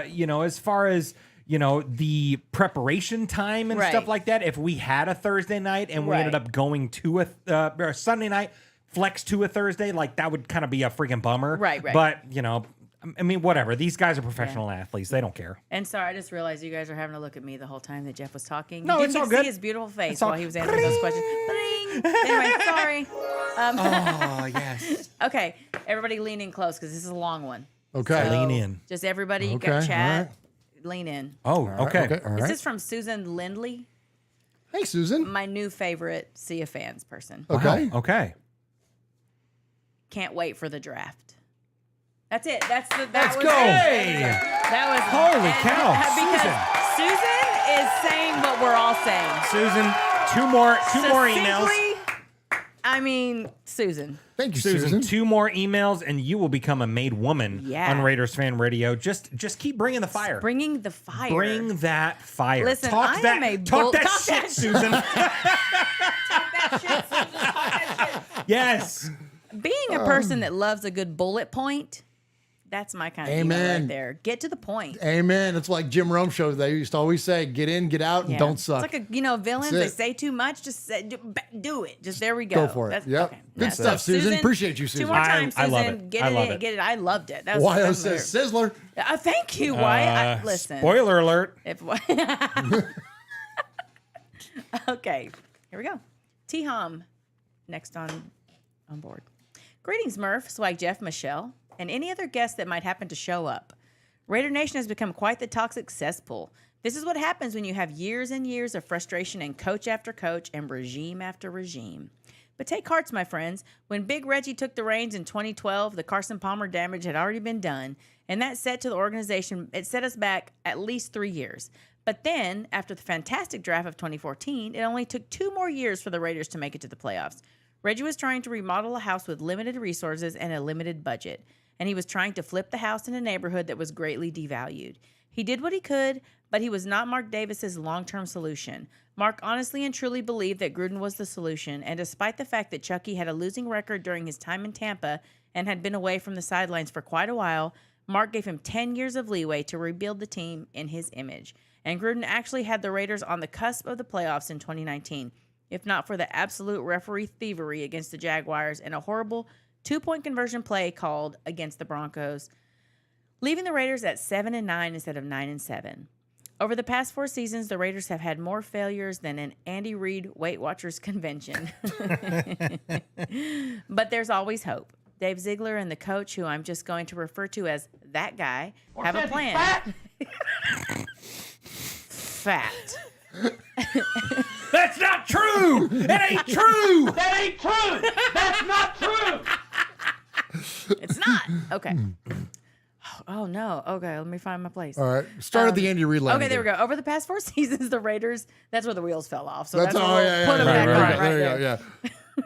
The Raiders have had more failures than an Andy Reid Weight Watchers convention. Or says he's fat. Now you're shooting out the tires. Like, fat. Okay. The wheels fell off on their own. Now you're shooting at the sabotaging ourselves. Fact of the week. You look like melted ice cream. I can actually hear you getting fatter. Or says he's fat. Who's fat? Too fat. Big fat fatty. Fact. Oops. All right. Sorry. That's my favorite one. Fat. Okay. Okay. All right. Whew, all right. But there's We always don't just hope. have the Andy Reid. This is It's every on week. the ready, boy. Every week. Yeah. Every week. Okay. Okay. All right. All right. There's always hope. Dave Ziegler and the coach, who I'm just going to refer to as that guy, have a plan. And that plan includes drafting at least one quarterback every year. Hey, what a novel approach. I believe the Raiders have done all right during free agency and have stayed away from paying Mercedes-Benz prices for a used-up Plymouth Reliant. And all the one-year contract guys will compete against the rookies for roster spots. And this team will be where it should have been at the end of 2020 season, primed and ready. This team will win 7, 8, or 9 games, which may be just enough to pull Rich Eisen out of his depression or Jimmy G out of the Bunny Ranch. In any case, Raider Nation, keep your collective chins up. We've got the best group fan chat in the world. Truth. Amen. Even better than the Chiefs. Oh, wait, that's right. There is no Chiefs fan chat. All the Chiefs have is a fan fat.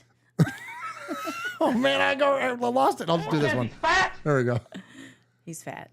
Until next time, I am the assistant to the GM of episode numbers, frequent contributor, proud made man, 2021 Gemini Award winner, and the possessor of 1 million voices and an ego almost as large as Trent Brown's waistline, T-Hom. Nice, T-Hom. Nice. Right on, dude. That was good. Ron says beef will get you through it. It will. Where's that sound? It gives We you have strength. That still gives you strength. Yes. This is the story of what you're made of. I bet this is what plays when Andy Reid wakes up. It's his alarm. This is for like his sure. alarm. Yeah. When he walks into the meeting room, they're just like iron and B vitamins going For sure. for a whole new pride in strength. This is his version of rise and grind. and he makes everybody eat beef. Oh, for sure. Before they do anything. Absolutely. Perfect. Beef gives strength. It gives you It strength. really does, let's be It helps honest. you through it. Clearly, yeah. It gives It you helps power. you through it. It gives you power. It does give you power. Damn it. What have we been doing? I don't know. We're never going to get through these damn emails. Okay, let's go. This is a long one. This is Paul. Okay, all right, here we go. Paul. All right, Paul, I'm going All to right. do you Paul? proud here, Paul. Paul? Oh, what's that? It's a mayfly. Sorry, guys. But did you see how I censored myself? You did. That was good. I'm getting good. Yeah, All you right. Hey, everybody. Hope everyone is doing okay. Firstly and most importantly, my best wishes to everyone in the South hit by the recent storms. I hope things improve for you soon and you're all safe. Also, of course, the senseless tragedy at the school in Nashville. Words fail me when something like that happens. It's heartbreaking. Condolences to everyone. Yes. Thank you, Paul. 1000% Amen. Thank you. Thank you. Paul. Yeah, thank you. Yeah, Thank you. absolutely. We're now in one of those quiet spells in between free agency and the draft where things go off the boil a bit as everybody focuses on the end of April. There are things we do know and things we don't. For example, we know we currently have 12 picks. I really can't see us using all of them, especially with the UDFAs to come as well. So hopefully we can pick up 7 or 8 solid players and use the other picks to our advantage. We can be fairly certain that there will be movement on the board at some point, but in which direction is anyone's guess. We might even package some of the remaining picks with another player and look to next year's draft. Sadly, I don't see Hunter Renfrow starting the season in silver and black. I believe post June 1st, we can make another big saving on his current deal, and with the arrival of Jacoby Myers, Hunter could become our next big name to move on. I'm afraid of that too, man. Same, yeah. I, for one, hope not, because I think he could still do a good job for us. The only doubt I do have with him is a point raised by our brother Wasted Talent when he talked recently about Renfrow's recurring issues around concussions. He took some big hits last year, and it leaves its mark on some more than others. Good point. True, yeah, absolutely. The other player that could be involved in a surprise trade could be Josh Jacobs, another player I think we should keep. At this stage, none of the other running backs have been released. We never saw anything of Britton Brown last year. Zeus is going into year 2, and Sincere McCormick is now available as well. So the running back group is still stacked. Josh's stock is very high right now. His contract is manageable for a lot of teams, and I firmly believe we're going to be involved in a shock trade on day 1. Ooh. I know it's a long shot, and I hope I'm wrong. I like but the hot take, yeah, though. just a hot take. I love a good hot yeah. take. But don't be surprised if somebody comes knocking for number 28 on draft day. Don't forget that Darren Waller was part of the plans right up to the time we traded him. Only Adams and Crosby are truly safe. I watched the interview with Coach McDaniels and Dave Ziegler at the owners' meeting, and they both seem very calm and assured about the upcoming few weeks. I'm hoping it's because they are ahead of the game and know exactly where they need to be. They go about their business very quietly, so it's hard to tell. We also know that after this draft, there can be no excuses. This will be Mick Ziegler's team 100%, and they're in one of the biggest pressure cookers in the world in Vegas. And if they think the first year was tough, it's nothing to what will come at them if they get this wrong. There are many phobias and fears in life, one of them being a fear of clowns. Clowns come in many guises, from traditional circus performers to politicians, Hall of Fame voting committees, and large percentage of people on social media. Yes. True. Sadly, we've all seen our fair share at the Raiders over the years, on and off the field. Personally, I don't hate clowns at all. In fact, Stephen King's brilliantly evil Pennywise has to be one of the best creations in modern literature and cinema. What I don't want to see is another Raiders GM head coach partnership join the list of the most hated variety. Come on. Man. That's good. And there's no reason why they should be. It's not difficult, really, is it? Just do your jobs, guys. What happened? I was trying to switch to the next page. I couldn't separate the pages. I was afraid you didn't have I was it. in a panic. No, I had it. That was on me. Oh, okay. Just do your job, guys. Make informed, sensible decisions. Don't reach. Focus on team needs. And if you really want somebody badly enough, then go and get them. Simple, isn't it? Just do your job, baby. It's been a long time since we had a full draft to be really proud of. Way too long. So let's grab this one by the nuts. Be aggressive and get everybody excited for the new season. Stay safe, RFR family. Love you, Raider Nation. His Lordship, the Royal Scribe, Paul Edgerton, Shropshire, Mississippi, 3-time Fanny Award winner, BRT Sizzler scorekeeper, proud made man, five time times two. He's got +1 times 2. What happened? Did something happen? Did we miss something? Oh, did he win? He's got 5 time +1 times 2. Oh, so he. Wait, so 11. That's. Oh, wait. Did we give him a Sizzler He got a last week? Sizzler. Because it was him and. So it'd be 6 times. So it's 5 times +1 times 2. He's right. So 5 times 6 times 2. Like, does the +1 get added to the 5? The last No, 5 time, or is it 5 times? No, 5 times times 2 +1. Oh, he's got +1 times 2. That's what it is. 5 times times 2 +1. That's what it is. God dang it. We shouldn't have given. We take that shit back, Paul. Hey, Paul.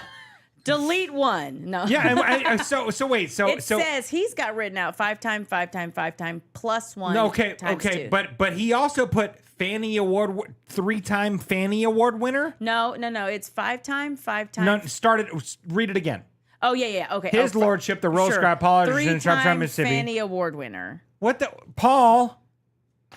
What are you doing? You're PEMDAS. Yeah, see, Ron, that's the problem. Math. That's clearly we don't. Ron said PEMDAS. PEMDAS. Paul, I don't we know. love you, but go back to your. Well, it's go back to the OG stuff. It's like parentheses equal. It's the math. Oh, it's math? It's an equation. Oh, we love numbers, but we don't do math around here. Please excuse my dear Aunt Sally. We got to use that rule.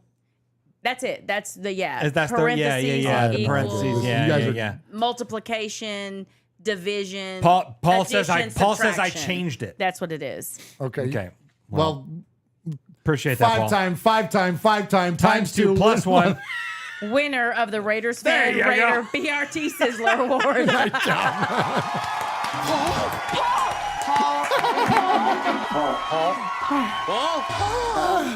Yeah, math is hard. Paul says I'll take off my last Sizzler. You lose. You get nothing, Paul. Put the fire out. Paul, your name Paul? Paul. Paul. I met him with Paul. Who? Paul. Paul, yes, Paul. Paul's not here. Hey, Paul. Paul. Hi. I'm Paul. All right, Paul, you've been a victim of cancel culture. We just canceled that one. Canceled that Sizzler from last week. That Sizzler Simply because we can't do math. Can't understand it. Can't do it. Which is the logic of social media. I don't understand it, so let's pretend like it didn't exist. There you go. Sorry, I'll get off my soapbox. All right. Thank you for being willing to just delete it. Yes, Paul. thank you, Paul. That. Yeah. You know. You gotta go. We'll slip you one under the table, but just don't count it. It's gotta you can't put that on your taxes, dude. You just gotta slide that on. We'll slide that under. It's gotta have a cadence. Whatever whatever you decide it is, Paul. It's gotta have a cadence to it because we're too slow to figure it out on our own. Either that or go 5 times plus 1 plus 1 plus 1 plus 1. We just got to do that for 20 minutes. Yeah, that's a lot of plus ones. A lot of plus ones. All right, so let's get into the Sea of Fans mailbag. This is where we hear from. Thank you, Michelle, for all the emails there. Let's jump into the voicemails where you can call us at 909-345-3346. Kicking us off tonight is the man that's holding it down there with his band hammer in the Raiders Fan Radio chat room. Where, yes. As Michelle mentioned, is the best chat room in all of this whole Raider content, sports media landscape of YouTube, where we are highly influential members of the Raiders Fan Radio. I was going to say Raider Nation. Never, whatever. I'm just going to shut up and listen to Ron. Hey, guys. What's up, Ron? Thanks, Ron. At the beginning of the off season, I think I was talking to you guys, and I was like, "Man, I'm really excited for this off season. You know, I'm hoping maybe Rodgers or Brady or one of those big game guys comes in. We get some defensive help in free agency, and maybe we make a real strong push." And now we're looking at free agency, and we sign, this list of essentially no-name guys, and not trying to make a lot of moves. And I'm just as excited. And I think that, the last 20 years have baked in like, oh, we got to change everything. We got to change everything. We got to change everything. How many people are wanting McDaniels fired after 1 year? Those are the things that we've done forever that haven't worked. I think people need to sit back and appreciate the plan that's happening, and they haven't been dishonest. They've been pretty straightforward with what they want to do. And I think last year they gave the roster a chance, and it just wasn't what they thought it was coming in. And I think, Mark Davis even echoed that at the owners meeting, that they, he said they didn't quite understand what they were coming into. I think he had a pretty good understanding of that roster, and that maybe they overachieved in past years. It's not the plan I thought was going to happen. It's a different plan, but I like that I can see what their plan is, and I understand it. And it's an adult decision to say, hey, we're gonna take the tough road and build things right, rather than a quick fix that gets us in trouble down the road, which I think we've done, for the last 20 years. So I'm still equally excited. I'm equally excited about the draft, and these no-name guys that they've brought in are going to give us flexibility in the draft. You could potentially see us come out of the draft without a quarterback, and they could wait till next year and address that. I think they've put a lot of resources into a lot of spots on the roster that gives them draft flexibility, which is important to have. So I'm perfectly happy with what they've done this offseason, and I'm excited for the draft to see what happens here. And then I just wanted to shout out Swag. When Wow. He said he's going to start saying, "Yeah, you're probably right" to people when they are complaining and have criticism. And he's absolutely right, because if you're going to criticize your team and say they suck and they're doing all the wrong things, well, then 31 fans out of 32 are going to be right every single year. Come on. So complaining and saying, "Oh, this sucks," yeah, you probably are right just statistically. But, there's 6 quarterbacks active right now that have won a Super Bowl, and Joe Flacco and Nick Foles are on that list.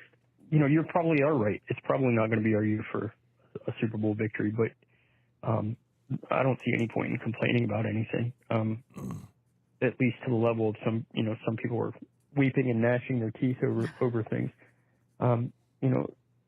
If that's you and you think that, hey, this is awful and everything's awful, maybe try to just say, hey, we'll see. We'll see what happens, because 31 out of 32 teams are not going to win the Super Bowl this year. And we have an organization that's trying to build for long-term success, which is what we've all kind of collectively said we wanted, is long-term success, and we don't want these one-year flash in the pan things. Well, if you want that stable organization that we all say we want, there's some unpleasant business sometimes that you have to go through to get to that point. You don't just start out and become a stable organization. So I'm hoping that this is the foundation of that stable organization that we all want. But either way, hope everybody's doing well. Have a good day. All right, there he is, Ron, the Really narrator. good call. I love when Ron calls. I do too. And like here I was He doesn't do very often. He doesn't call all the time because he's busy, keeping people in check in the chat. But dude, Ron's he's top notch, dude. Well, Such a good guy. I tried to attribute it to us, but I should have said Ron is a highly influential member of Raiders fan media.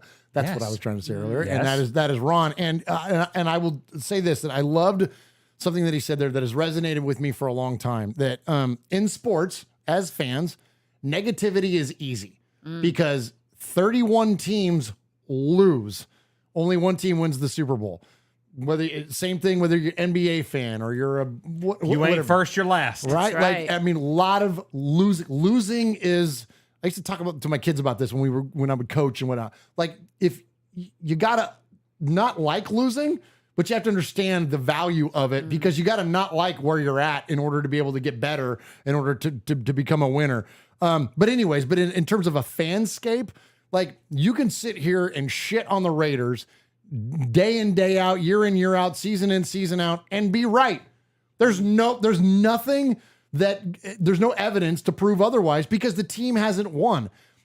And then that story is true for Browns fans, for Titans fans, for whatever team, unless you're a Patriot or a Chief fan of recent history, you're pretty much a loser. So it's easy to be negative. So I think it's harder to then not necessarily buy into a false narrative or try to create something that's not there, but try to find something that is of value or positivity, because otherwise you're just going to be pissed off and mad and sad and whatever else as a fan all the time. So why not? It's harder to look for little beacons of things. It's harder to look for good news than it is to just go, "Oh, the Raiders suck. We suck for this long. We're going to suck again." That's easy, man. Be better. Try harder. To do that to the team that you love and that you rep and that you cheer for every Sunday, what a weird thing to do. It just seems, find something else to pour that passion into and then save a little bit of it for how much you love the Raiders. Sure. If it's just going to be negative, that's not even, there's then no why be a fun fan? in that. There's no fun. It's supposed to be fun. And it's okay to criticize, but Sure. there's no fun in the 100%. constant negative. What are you doing? Yeah, it's easy to do that. I will never say that the Raiders suck. No. Never, ever, ever. Even if we go 0-17, we do not suck. We had a rough go, man. Yeah. That was tough. But I will never say, man, we're trash, bro. Get the out of here with that stuff, man. We're Raider Nation, dude. We have Super Bowls. When all else fails, if none of our players do anything worth a shit, at the end of the day, we got 3 Lombardis. We can turn around and go, man, that was dope, man. We don't suck, man. It's a little tougher now, but man, look at that stuff. But like you just said, look at the Browns, look at the Titans. They ain't never won shit, bruh. It's easy for them Chargers. to go. Amen. The freaking Chargers, man, the most overhyped team in NFL history. They can say they suck because that's easy for them because they ain't had nothing else but suck. As they've sucked. You know what I mean? Absolutely. Come on. Tony Shefford, excuse me. Tony Shefford in the chat says, I'm never going to say we suck. More like, yeah, we struggling, but the future is bright. That's it. I love that idea. And you mentioned the Chiefs. We gave the Chiefs 40 years to catch up, and they finally caught us. It's now 3-3 in terms of Super Bowls. Good for you. You know what I mean? Yeah. Good for you. We gave them a lot of runway. But I tell this, again, going back to teaching points, I tell this to my kids all the time. You're not stupid. You did a stupid thing. Yeah, right. Yeah. But you're not stupid. I'm never going to say the Raiders suck because they don't. Right. The Raiders as a collective don't suck. Teams underperform. Last year, 6-11, unacceptable. The team underperformed. Nobody likes it. But the Raiders don't suck. They don't. We don't put this shit in ink on our freaking arms of things that suck. Right. You know what I'm saying? Well, in every single game that was played, you can pick out a significant amount of players that freaking gave everything that they had. So like you can't ever say now maybe at the end of a game when we lost, I'd be like, freaking, suck. Like I might say that, in the heat of the moment when I'm angry. But I'm never gonna just say outright the collective. No. Raiders go hard. Like I don't even care. Like I would never utter those words. And I'll say this too, man. I mean, people will say whatever they want to say, man, but at the end of the day, Raiders is more than football. Absolutely. It's more than football. I mean, Ron just said that. Raiders are bigger than the team on the field. Well, there you go. I mean, this is really family. This is more than it's a lifestyle. It's family, man. So I mean, you're gonna look at your brother and say he sucks. Right. Like, nah, bro. Like this is more than is more than just football. Yeah, good stuff. Absolutely. Good stuff. Shout out that donation in there in the chat room, Swaggo. Seamus Harrington. Seamus is how you pronounce it. Is that Seamus Harrington? $10 donation. Shout out from Alameda. Love the show. Nice, Respect Alameda, man. Absolutely. Yeah, much respect. Thank you for the $10 donation. Hey, so good friend of the show, QB Jeff Murphy. Yes. From Alameda High School. From Alameda, all-time passing leader at Alameda High School. Went on to Laney College in Oakland, and then, of course, the MTSU Blue Raiders. So we definitely got connections back to Alameda around here, and appreciate you, Seamus, and that $10 donation, and that gets you in the running for the Ray Guy autograph football and the Maroon 5 football. All right, so we're going to go all the way from Alameda, California, all the way across the country, out to New Jersey, and let's check in with our good buddy, Rev Raider. What's going on, Murf, Uncle Mosh, Young Swaggo, Michelle Sweat? It's Rev Raider calling from Jersey. I just wanted to start off, and I want to give some respect to you guys. First off, a couple weeks back, I was listening how Swag, he was reciting Paul's spiel. And it was a good thing to hear because that just shows how much you guys love this stuff that you do.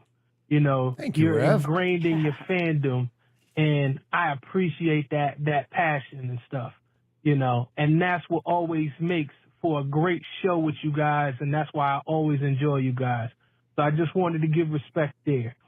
I just want to talk about where we're at with the team, I had to catch myself for a second because I was like, when we picked up Jimmy G, I guess I got caught up in all press clippings and hearing the talking heads and stuff like that, or even hearing some of the content creators.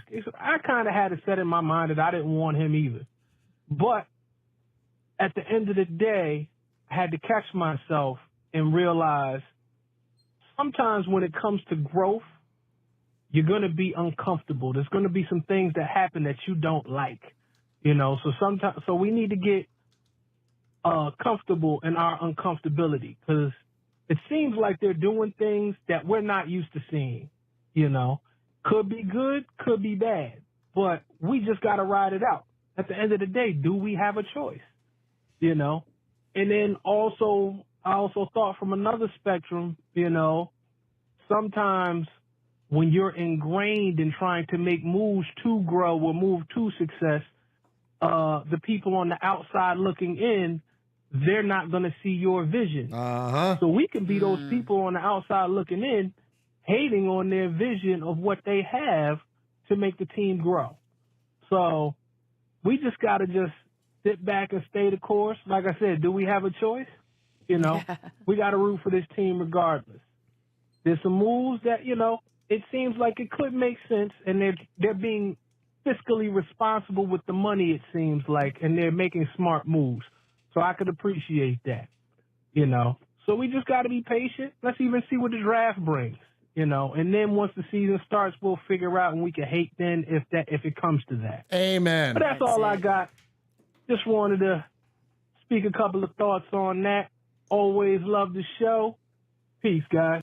Oh, there he is, Rev Raider, man. Good stuff. Yeah, Rev, dude, much I love it. respect, Basically, Rev. I mean, until you got a reason to be negative, Michelle, like, you know, try to maintain. Man, I gotta say one thing about Raider Please. Nation, man. We are resilient, boy. We will Amen. bounce back into hope like fast, man. I know, love right? it. I mean, but what else are you gonna do? What else can you do? I mean, descend into sadness? Like, hell no, I don't want to do that. Like, man, let's go. Let's go. Yeah. Why the not us, resilience man? You know what I mean? beautiful. Hey, I at the love end of the it. day, man, why not us? Why not us? Yeah. Amen. Yeah, You know, I love it. When it's funny, because like whenever the season is like kind of out of reach and the thing's gone to shit, I'm always like, well, thank you, Raiders, for relieving me of the burden of expectation, and I'm just gonna like whatever. But then it's so predictable. Every year, a couple moves happen, we get far enough away from the shit show, and all of a sudden I'm like, huh? Oh, shit. Hey, all right, this can make some sense. Yep. You know what I mean? Start whatever. Well, and if that's too Pollyanna and too positive, like if that's the flaw, if that's the thing that I'm guilty of, is trying to find the bright side of things, then let Well, it be. and that's, you know? I mean,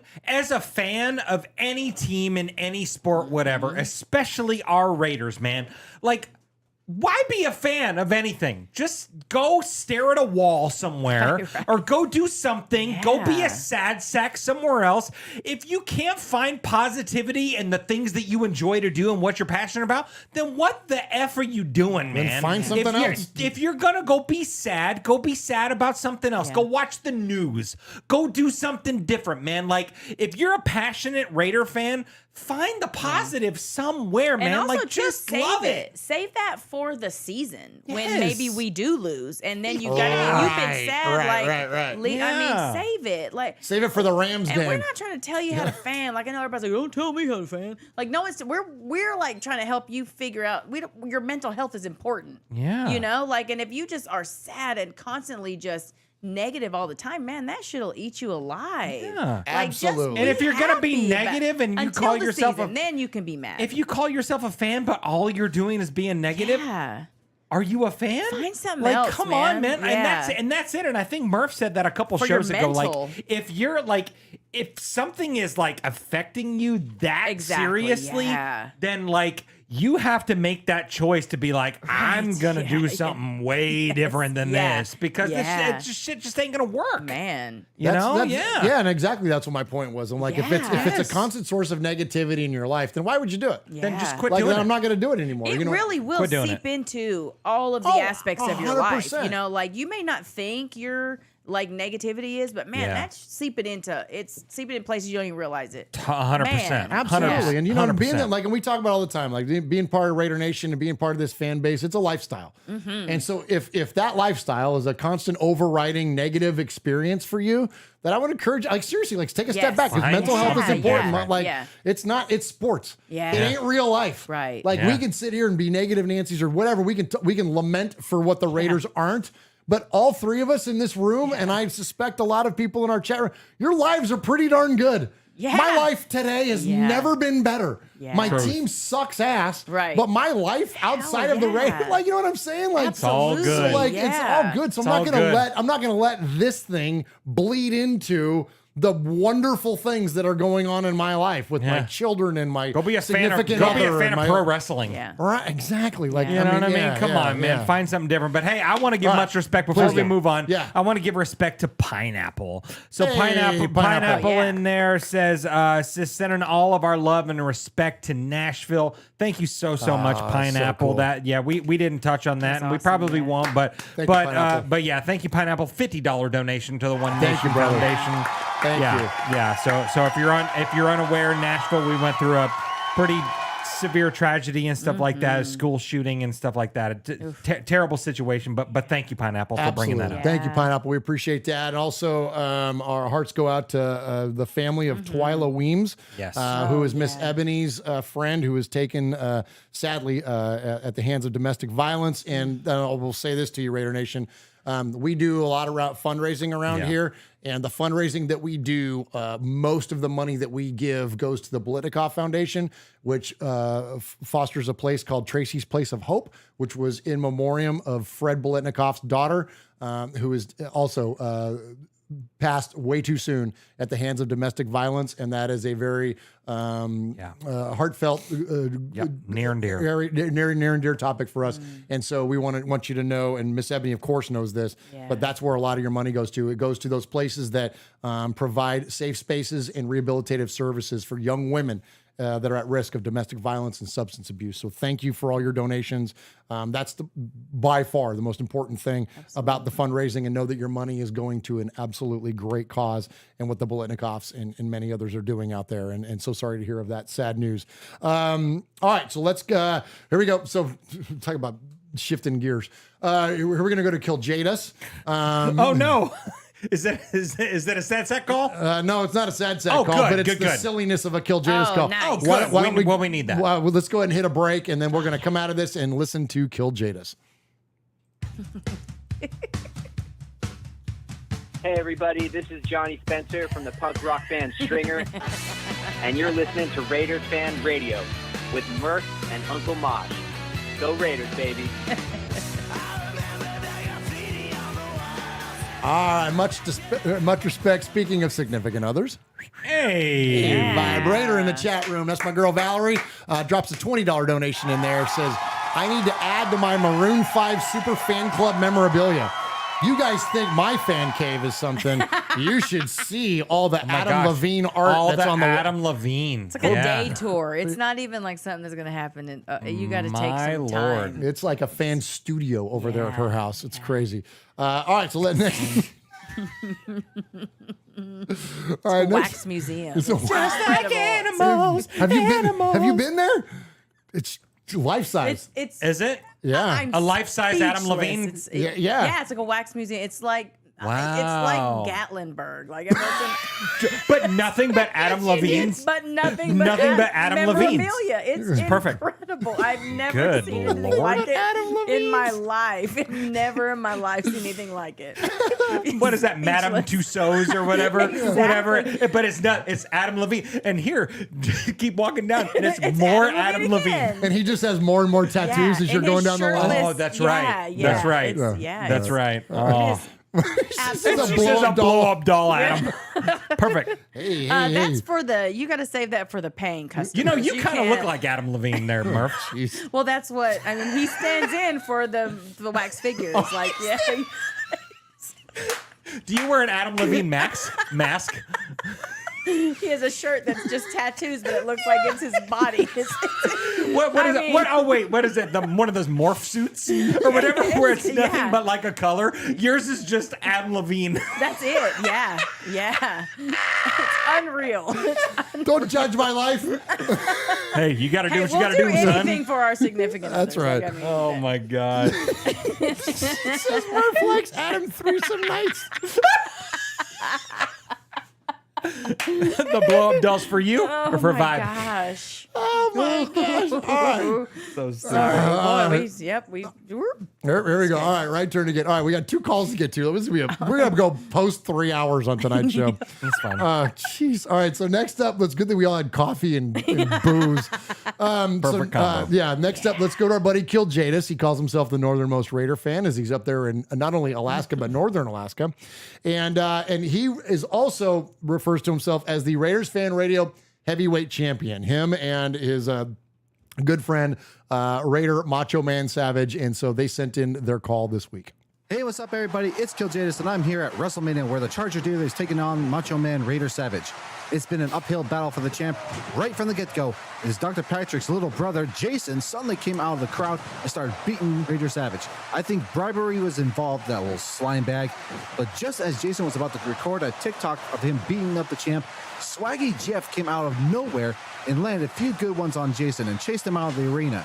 Has that been the secret of how Swaggy lost all that weight? Because he's been chasing Jason who gives a crap this entire year. And let's be honest, doesn't Swag look good losing that weight? I think he has. Hell yeah, I wonder if he can now look down and see his actual... Oh! Brothers and sisters, Raider Savage just put the dealer through his passenger window. Damn! The dealer That was must be good. feeling Yes, how he I can. feel whenever Josh McDaniels calls a stupid play. And the blood's streaming down. Ever since Raider Savage has been able to go That's gonna one-on-one, tell you. he has done considerable damage. Both cars are heavily damaged. Only one way to win. Put your opponent through their own car windshield. Both competitors are bleeding from the head. At one point, Raider Savage got blood in his eyes that he missed the dealer and punched right through one of the Chargers' windows. That's exactly what I felt like doing when the Chiefs decided to play Ring Around the Rosies with us, and it worked. The challenger is landing a few blows on the champion. He's dazed. The dealer runs off the ropes for clothesline, and the champ dunks, snatches, and German suplexes the Charger dealer into his windshield, but it doesn't break. That's odd. Macho Man is puzzled by this. He has the face that I had when the Raiders traded Waller. We can only hope that it works out for the Raiders and for our champion. Raider Savage is on the Charger, and he picks up the dealer. Looks like he's trying to finish him off. Macho Man is gonna... Oh, the dealer just poked him in the eye. He picks up the champ. German suplex. No! Oh, my God. That was close. Raider Savage just hit his head in the windshield, but it only cracked. The dealer's trying to argue with the ref. No, it's not. It's not completely through. Good. The ref is agreeing with me. Too bad the reffing during the Super Bowl wasn't very agreeable. Seriously? That was a defensive holding?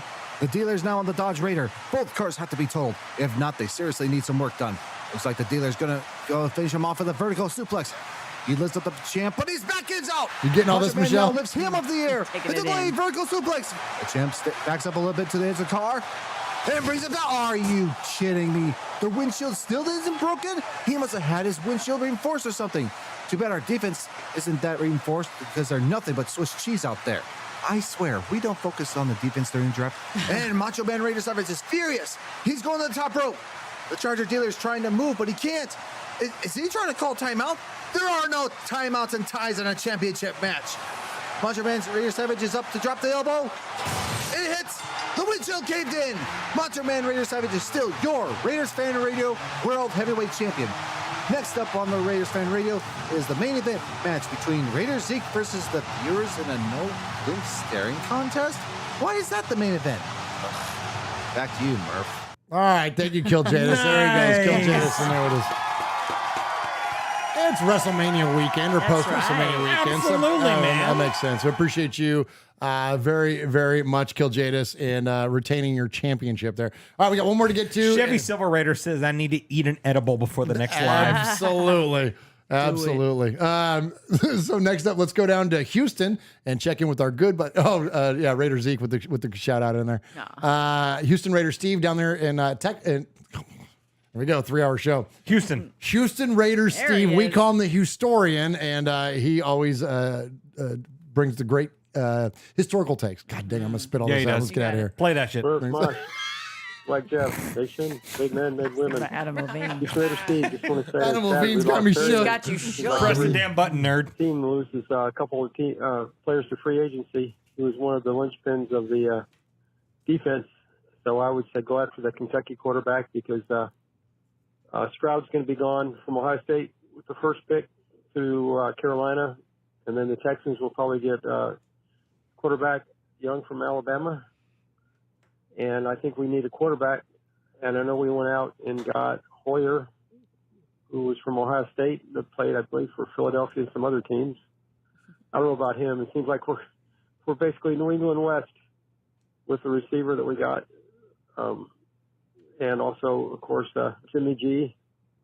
Jimmy's short term. He's not long term. He's a couple of years, maybe 2 years, 2, 3, maybe just 2. But go quarterback for the first pick, and then go back straight defense. Defensive backs, defensive ends, obviously linebacker too. Linebackers really hurt the most, and you can never have an offensive lineman if you can. Stockpile 1 or 2 at least in every draft, like defensive linemen. You got great defensive pressure, takes all the pressure off the quarterbacks and the safeties. So, as we know, win and lose games in the trenches. Love you all. You're my family, and we're all chasing the Chiefs, and go Raiders. Goodbye. All right, there is Houston Raiders Steve. Love you, Steve. Goodbye. We love you too, baby. And, look, faith, family, Oakland football, man. That's what it is. You know what I mean? Like, Right. It's what we do, man. This Raider Nation thing is family. And we love you, brother, and appreciate the phone call. All right, so we always award a Sizzler Award to the best email or phone caller of the week, and that responsibility turns over to my best friend and yours, Swag Jeff. And Swaggo, who do we got this week? Absolutely. So we started with some great emails. Hooligan Nation emailed in talking about Mark Davis kicking a fan out, if that was real or not, all that good stuff. Susan with an amazing email says she can't wait for the draft. T-Hom with another amazing email, and Paul, I highlighted Paul right there because he had an amazing Josh Jacobs hot take, which I don't know if it's going to happen or not, but I love hot takes and all that good stuff. So much respect. Then the voicemails. Ron is fired up about the draft, and he gave respect to Swag. So I want to definitely respect that right there. Rev Raider appreciates our passion on Raiders Fan Radio, and he said, guys, let's just ride with the Raiders. That's all we can do, man. So Kill Jadis, an amazing wrestling match right there. And then Houston Raider Steve calls for Will Levis to the Raiders. So we'll see what happens there. So for the Sizzler this week, I am going to,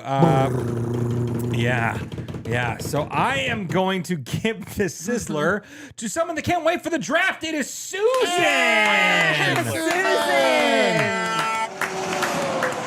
Sizzler. Sizzler. Sizzler. Sizzler. Sizzler. We are Metallica, and we are here for your Oakland Raiders. You know why we out here, and we ain't playing around today. From The Walking Dead to errant Jedi Knights, Raiders fans are a rogues gallery. Paul says, thanks God she edited it. Yeah, no kidding, right? That's ho he ha, Garoppolo ho ho he ha ho he. I wasn't expecting that. Garoppolo. Oh,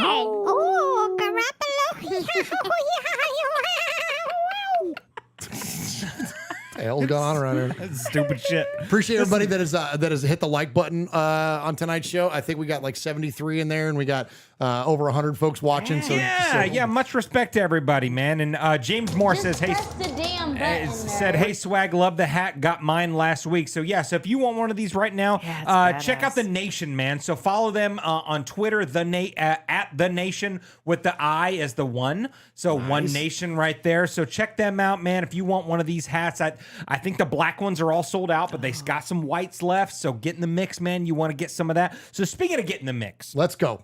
So we so we're giving away this right here. So the raffle is officially closed.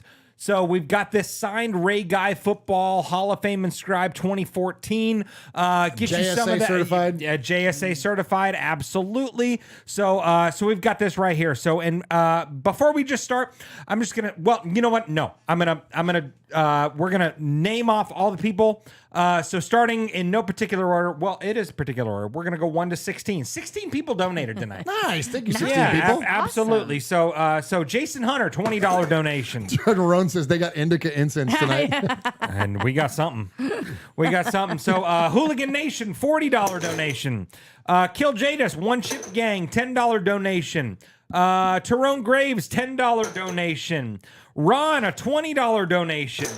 Big Mike Raider, $20 donation. Corey Burham, $10 donation. Ebony Graves, $30 donation. Oh. Yeah, YO Raider, $40 donation. Thank you, YO. Yeah, Tyler Smith, $20 donation. Foxy Scorpio, $50 donation. Nice. Franklin 83, $10 donation. Ooh. Nice. Seamus Harrington, $10 donation. Thank you, Seamus. Pineapple, $50 donation. Thank you, Pineapple. Vibrator, $20 donation. And James Moore, $10 donation. Thank you, James. Tonight we raised for this Ray Guy football and for the One Nation Foundation. We All right, raised Michelle. Yeah. $360 for the One let's Nation go. Foundation. Thank you, guys. Thank much you so respect. much. So Michelle is going to come in here. She's going to shuffle this thing up, and we are going to pull a winner for the Ray Guy signed football.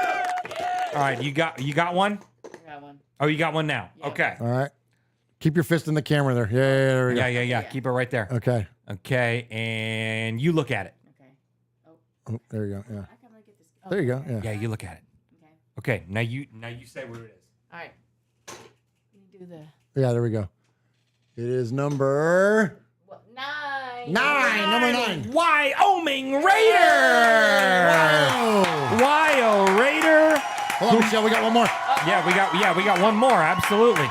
Congratulations, So Wyoming Raider, you have won the Ray Guy signed football, and now, more importantly, the winner of the Maroon 5 signed football.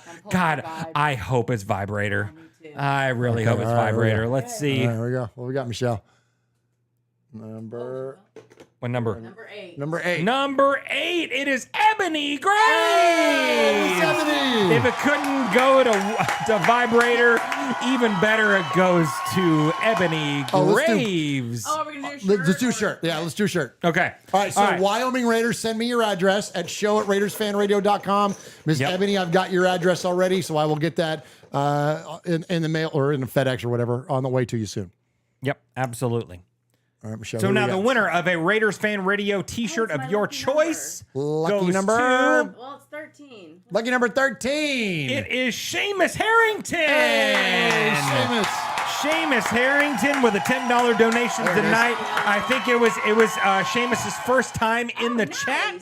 So Awesome, yeah. So man. hey, That's so awesome. email us show@RaidersFanRadio.com. Send us your shirt size and your address, and we will be sending you a Raiders Fan Radio t-shirt.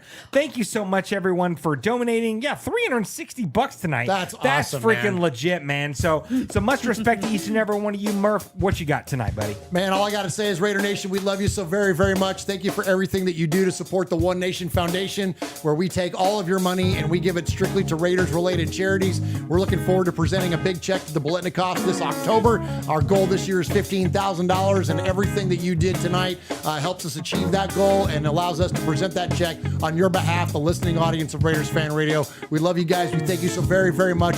We'll see you in 2 weeks. And until then, Michelle. Yeah, man, thanks for hanging with us. Like, it's a long show. And just thanks to everybody for, like, hanging with us and laughing with us. And, man, keep the hope alive. Let's go. Come on, let's go. We're the Raiders. Come on. Yes. Absolutely. And thanks to everyone in the chat. Vibrator, Tyrone Graves, Wyo Raider, who was just over the moon about his Ray Guy signed that's football. awesome. Yeah, Cool, that's yeah. awesome. Much respect. And Ebony Graves and Seamus, congratulations on winning. Thanks everyone for all the donations. Like I said, $360 awesome. tonight for a spur of the moment. Raffle night, man. Can't thank you enough. That's unbelievable. It's all going to the One Nation Foundation, which in turn goes to the Bolitnikoff Foundation, along with other Raider-related charities. Thanks to everyone for tuning in. Jack Kenna, Tyrone Graves, Big Mike Raiders in there. Killed Jadis, James Moore, Tony Shefford, Stacy Ruff, Paul, of course, Ebony Graves. Let's see, CPA Joel. Thanks everyone for tuning in to another episode of Raiders Fan Radio, where we take a lighter side journey into the dark side. Don't forget, boys and girls, what happens in Vegas started in Oakland. We love you guys. Much respect. Get on night. YouTube. Goodbye. Goodbye.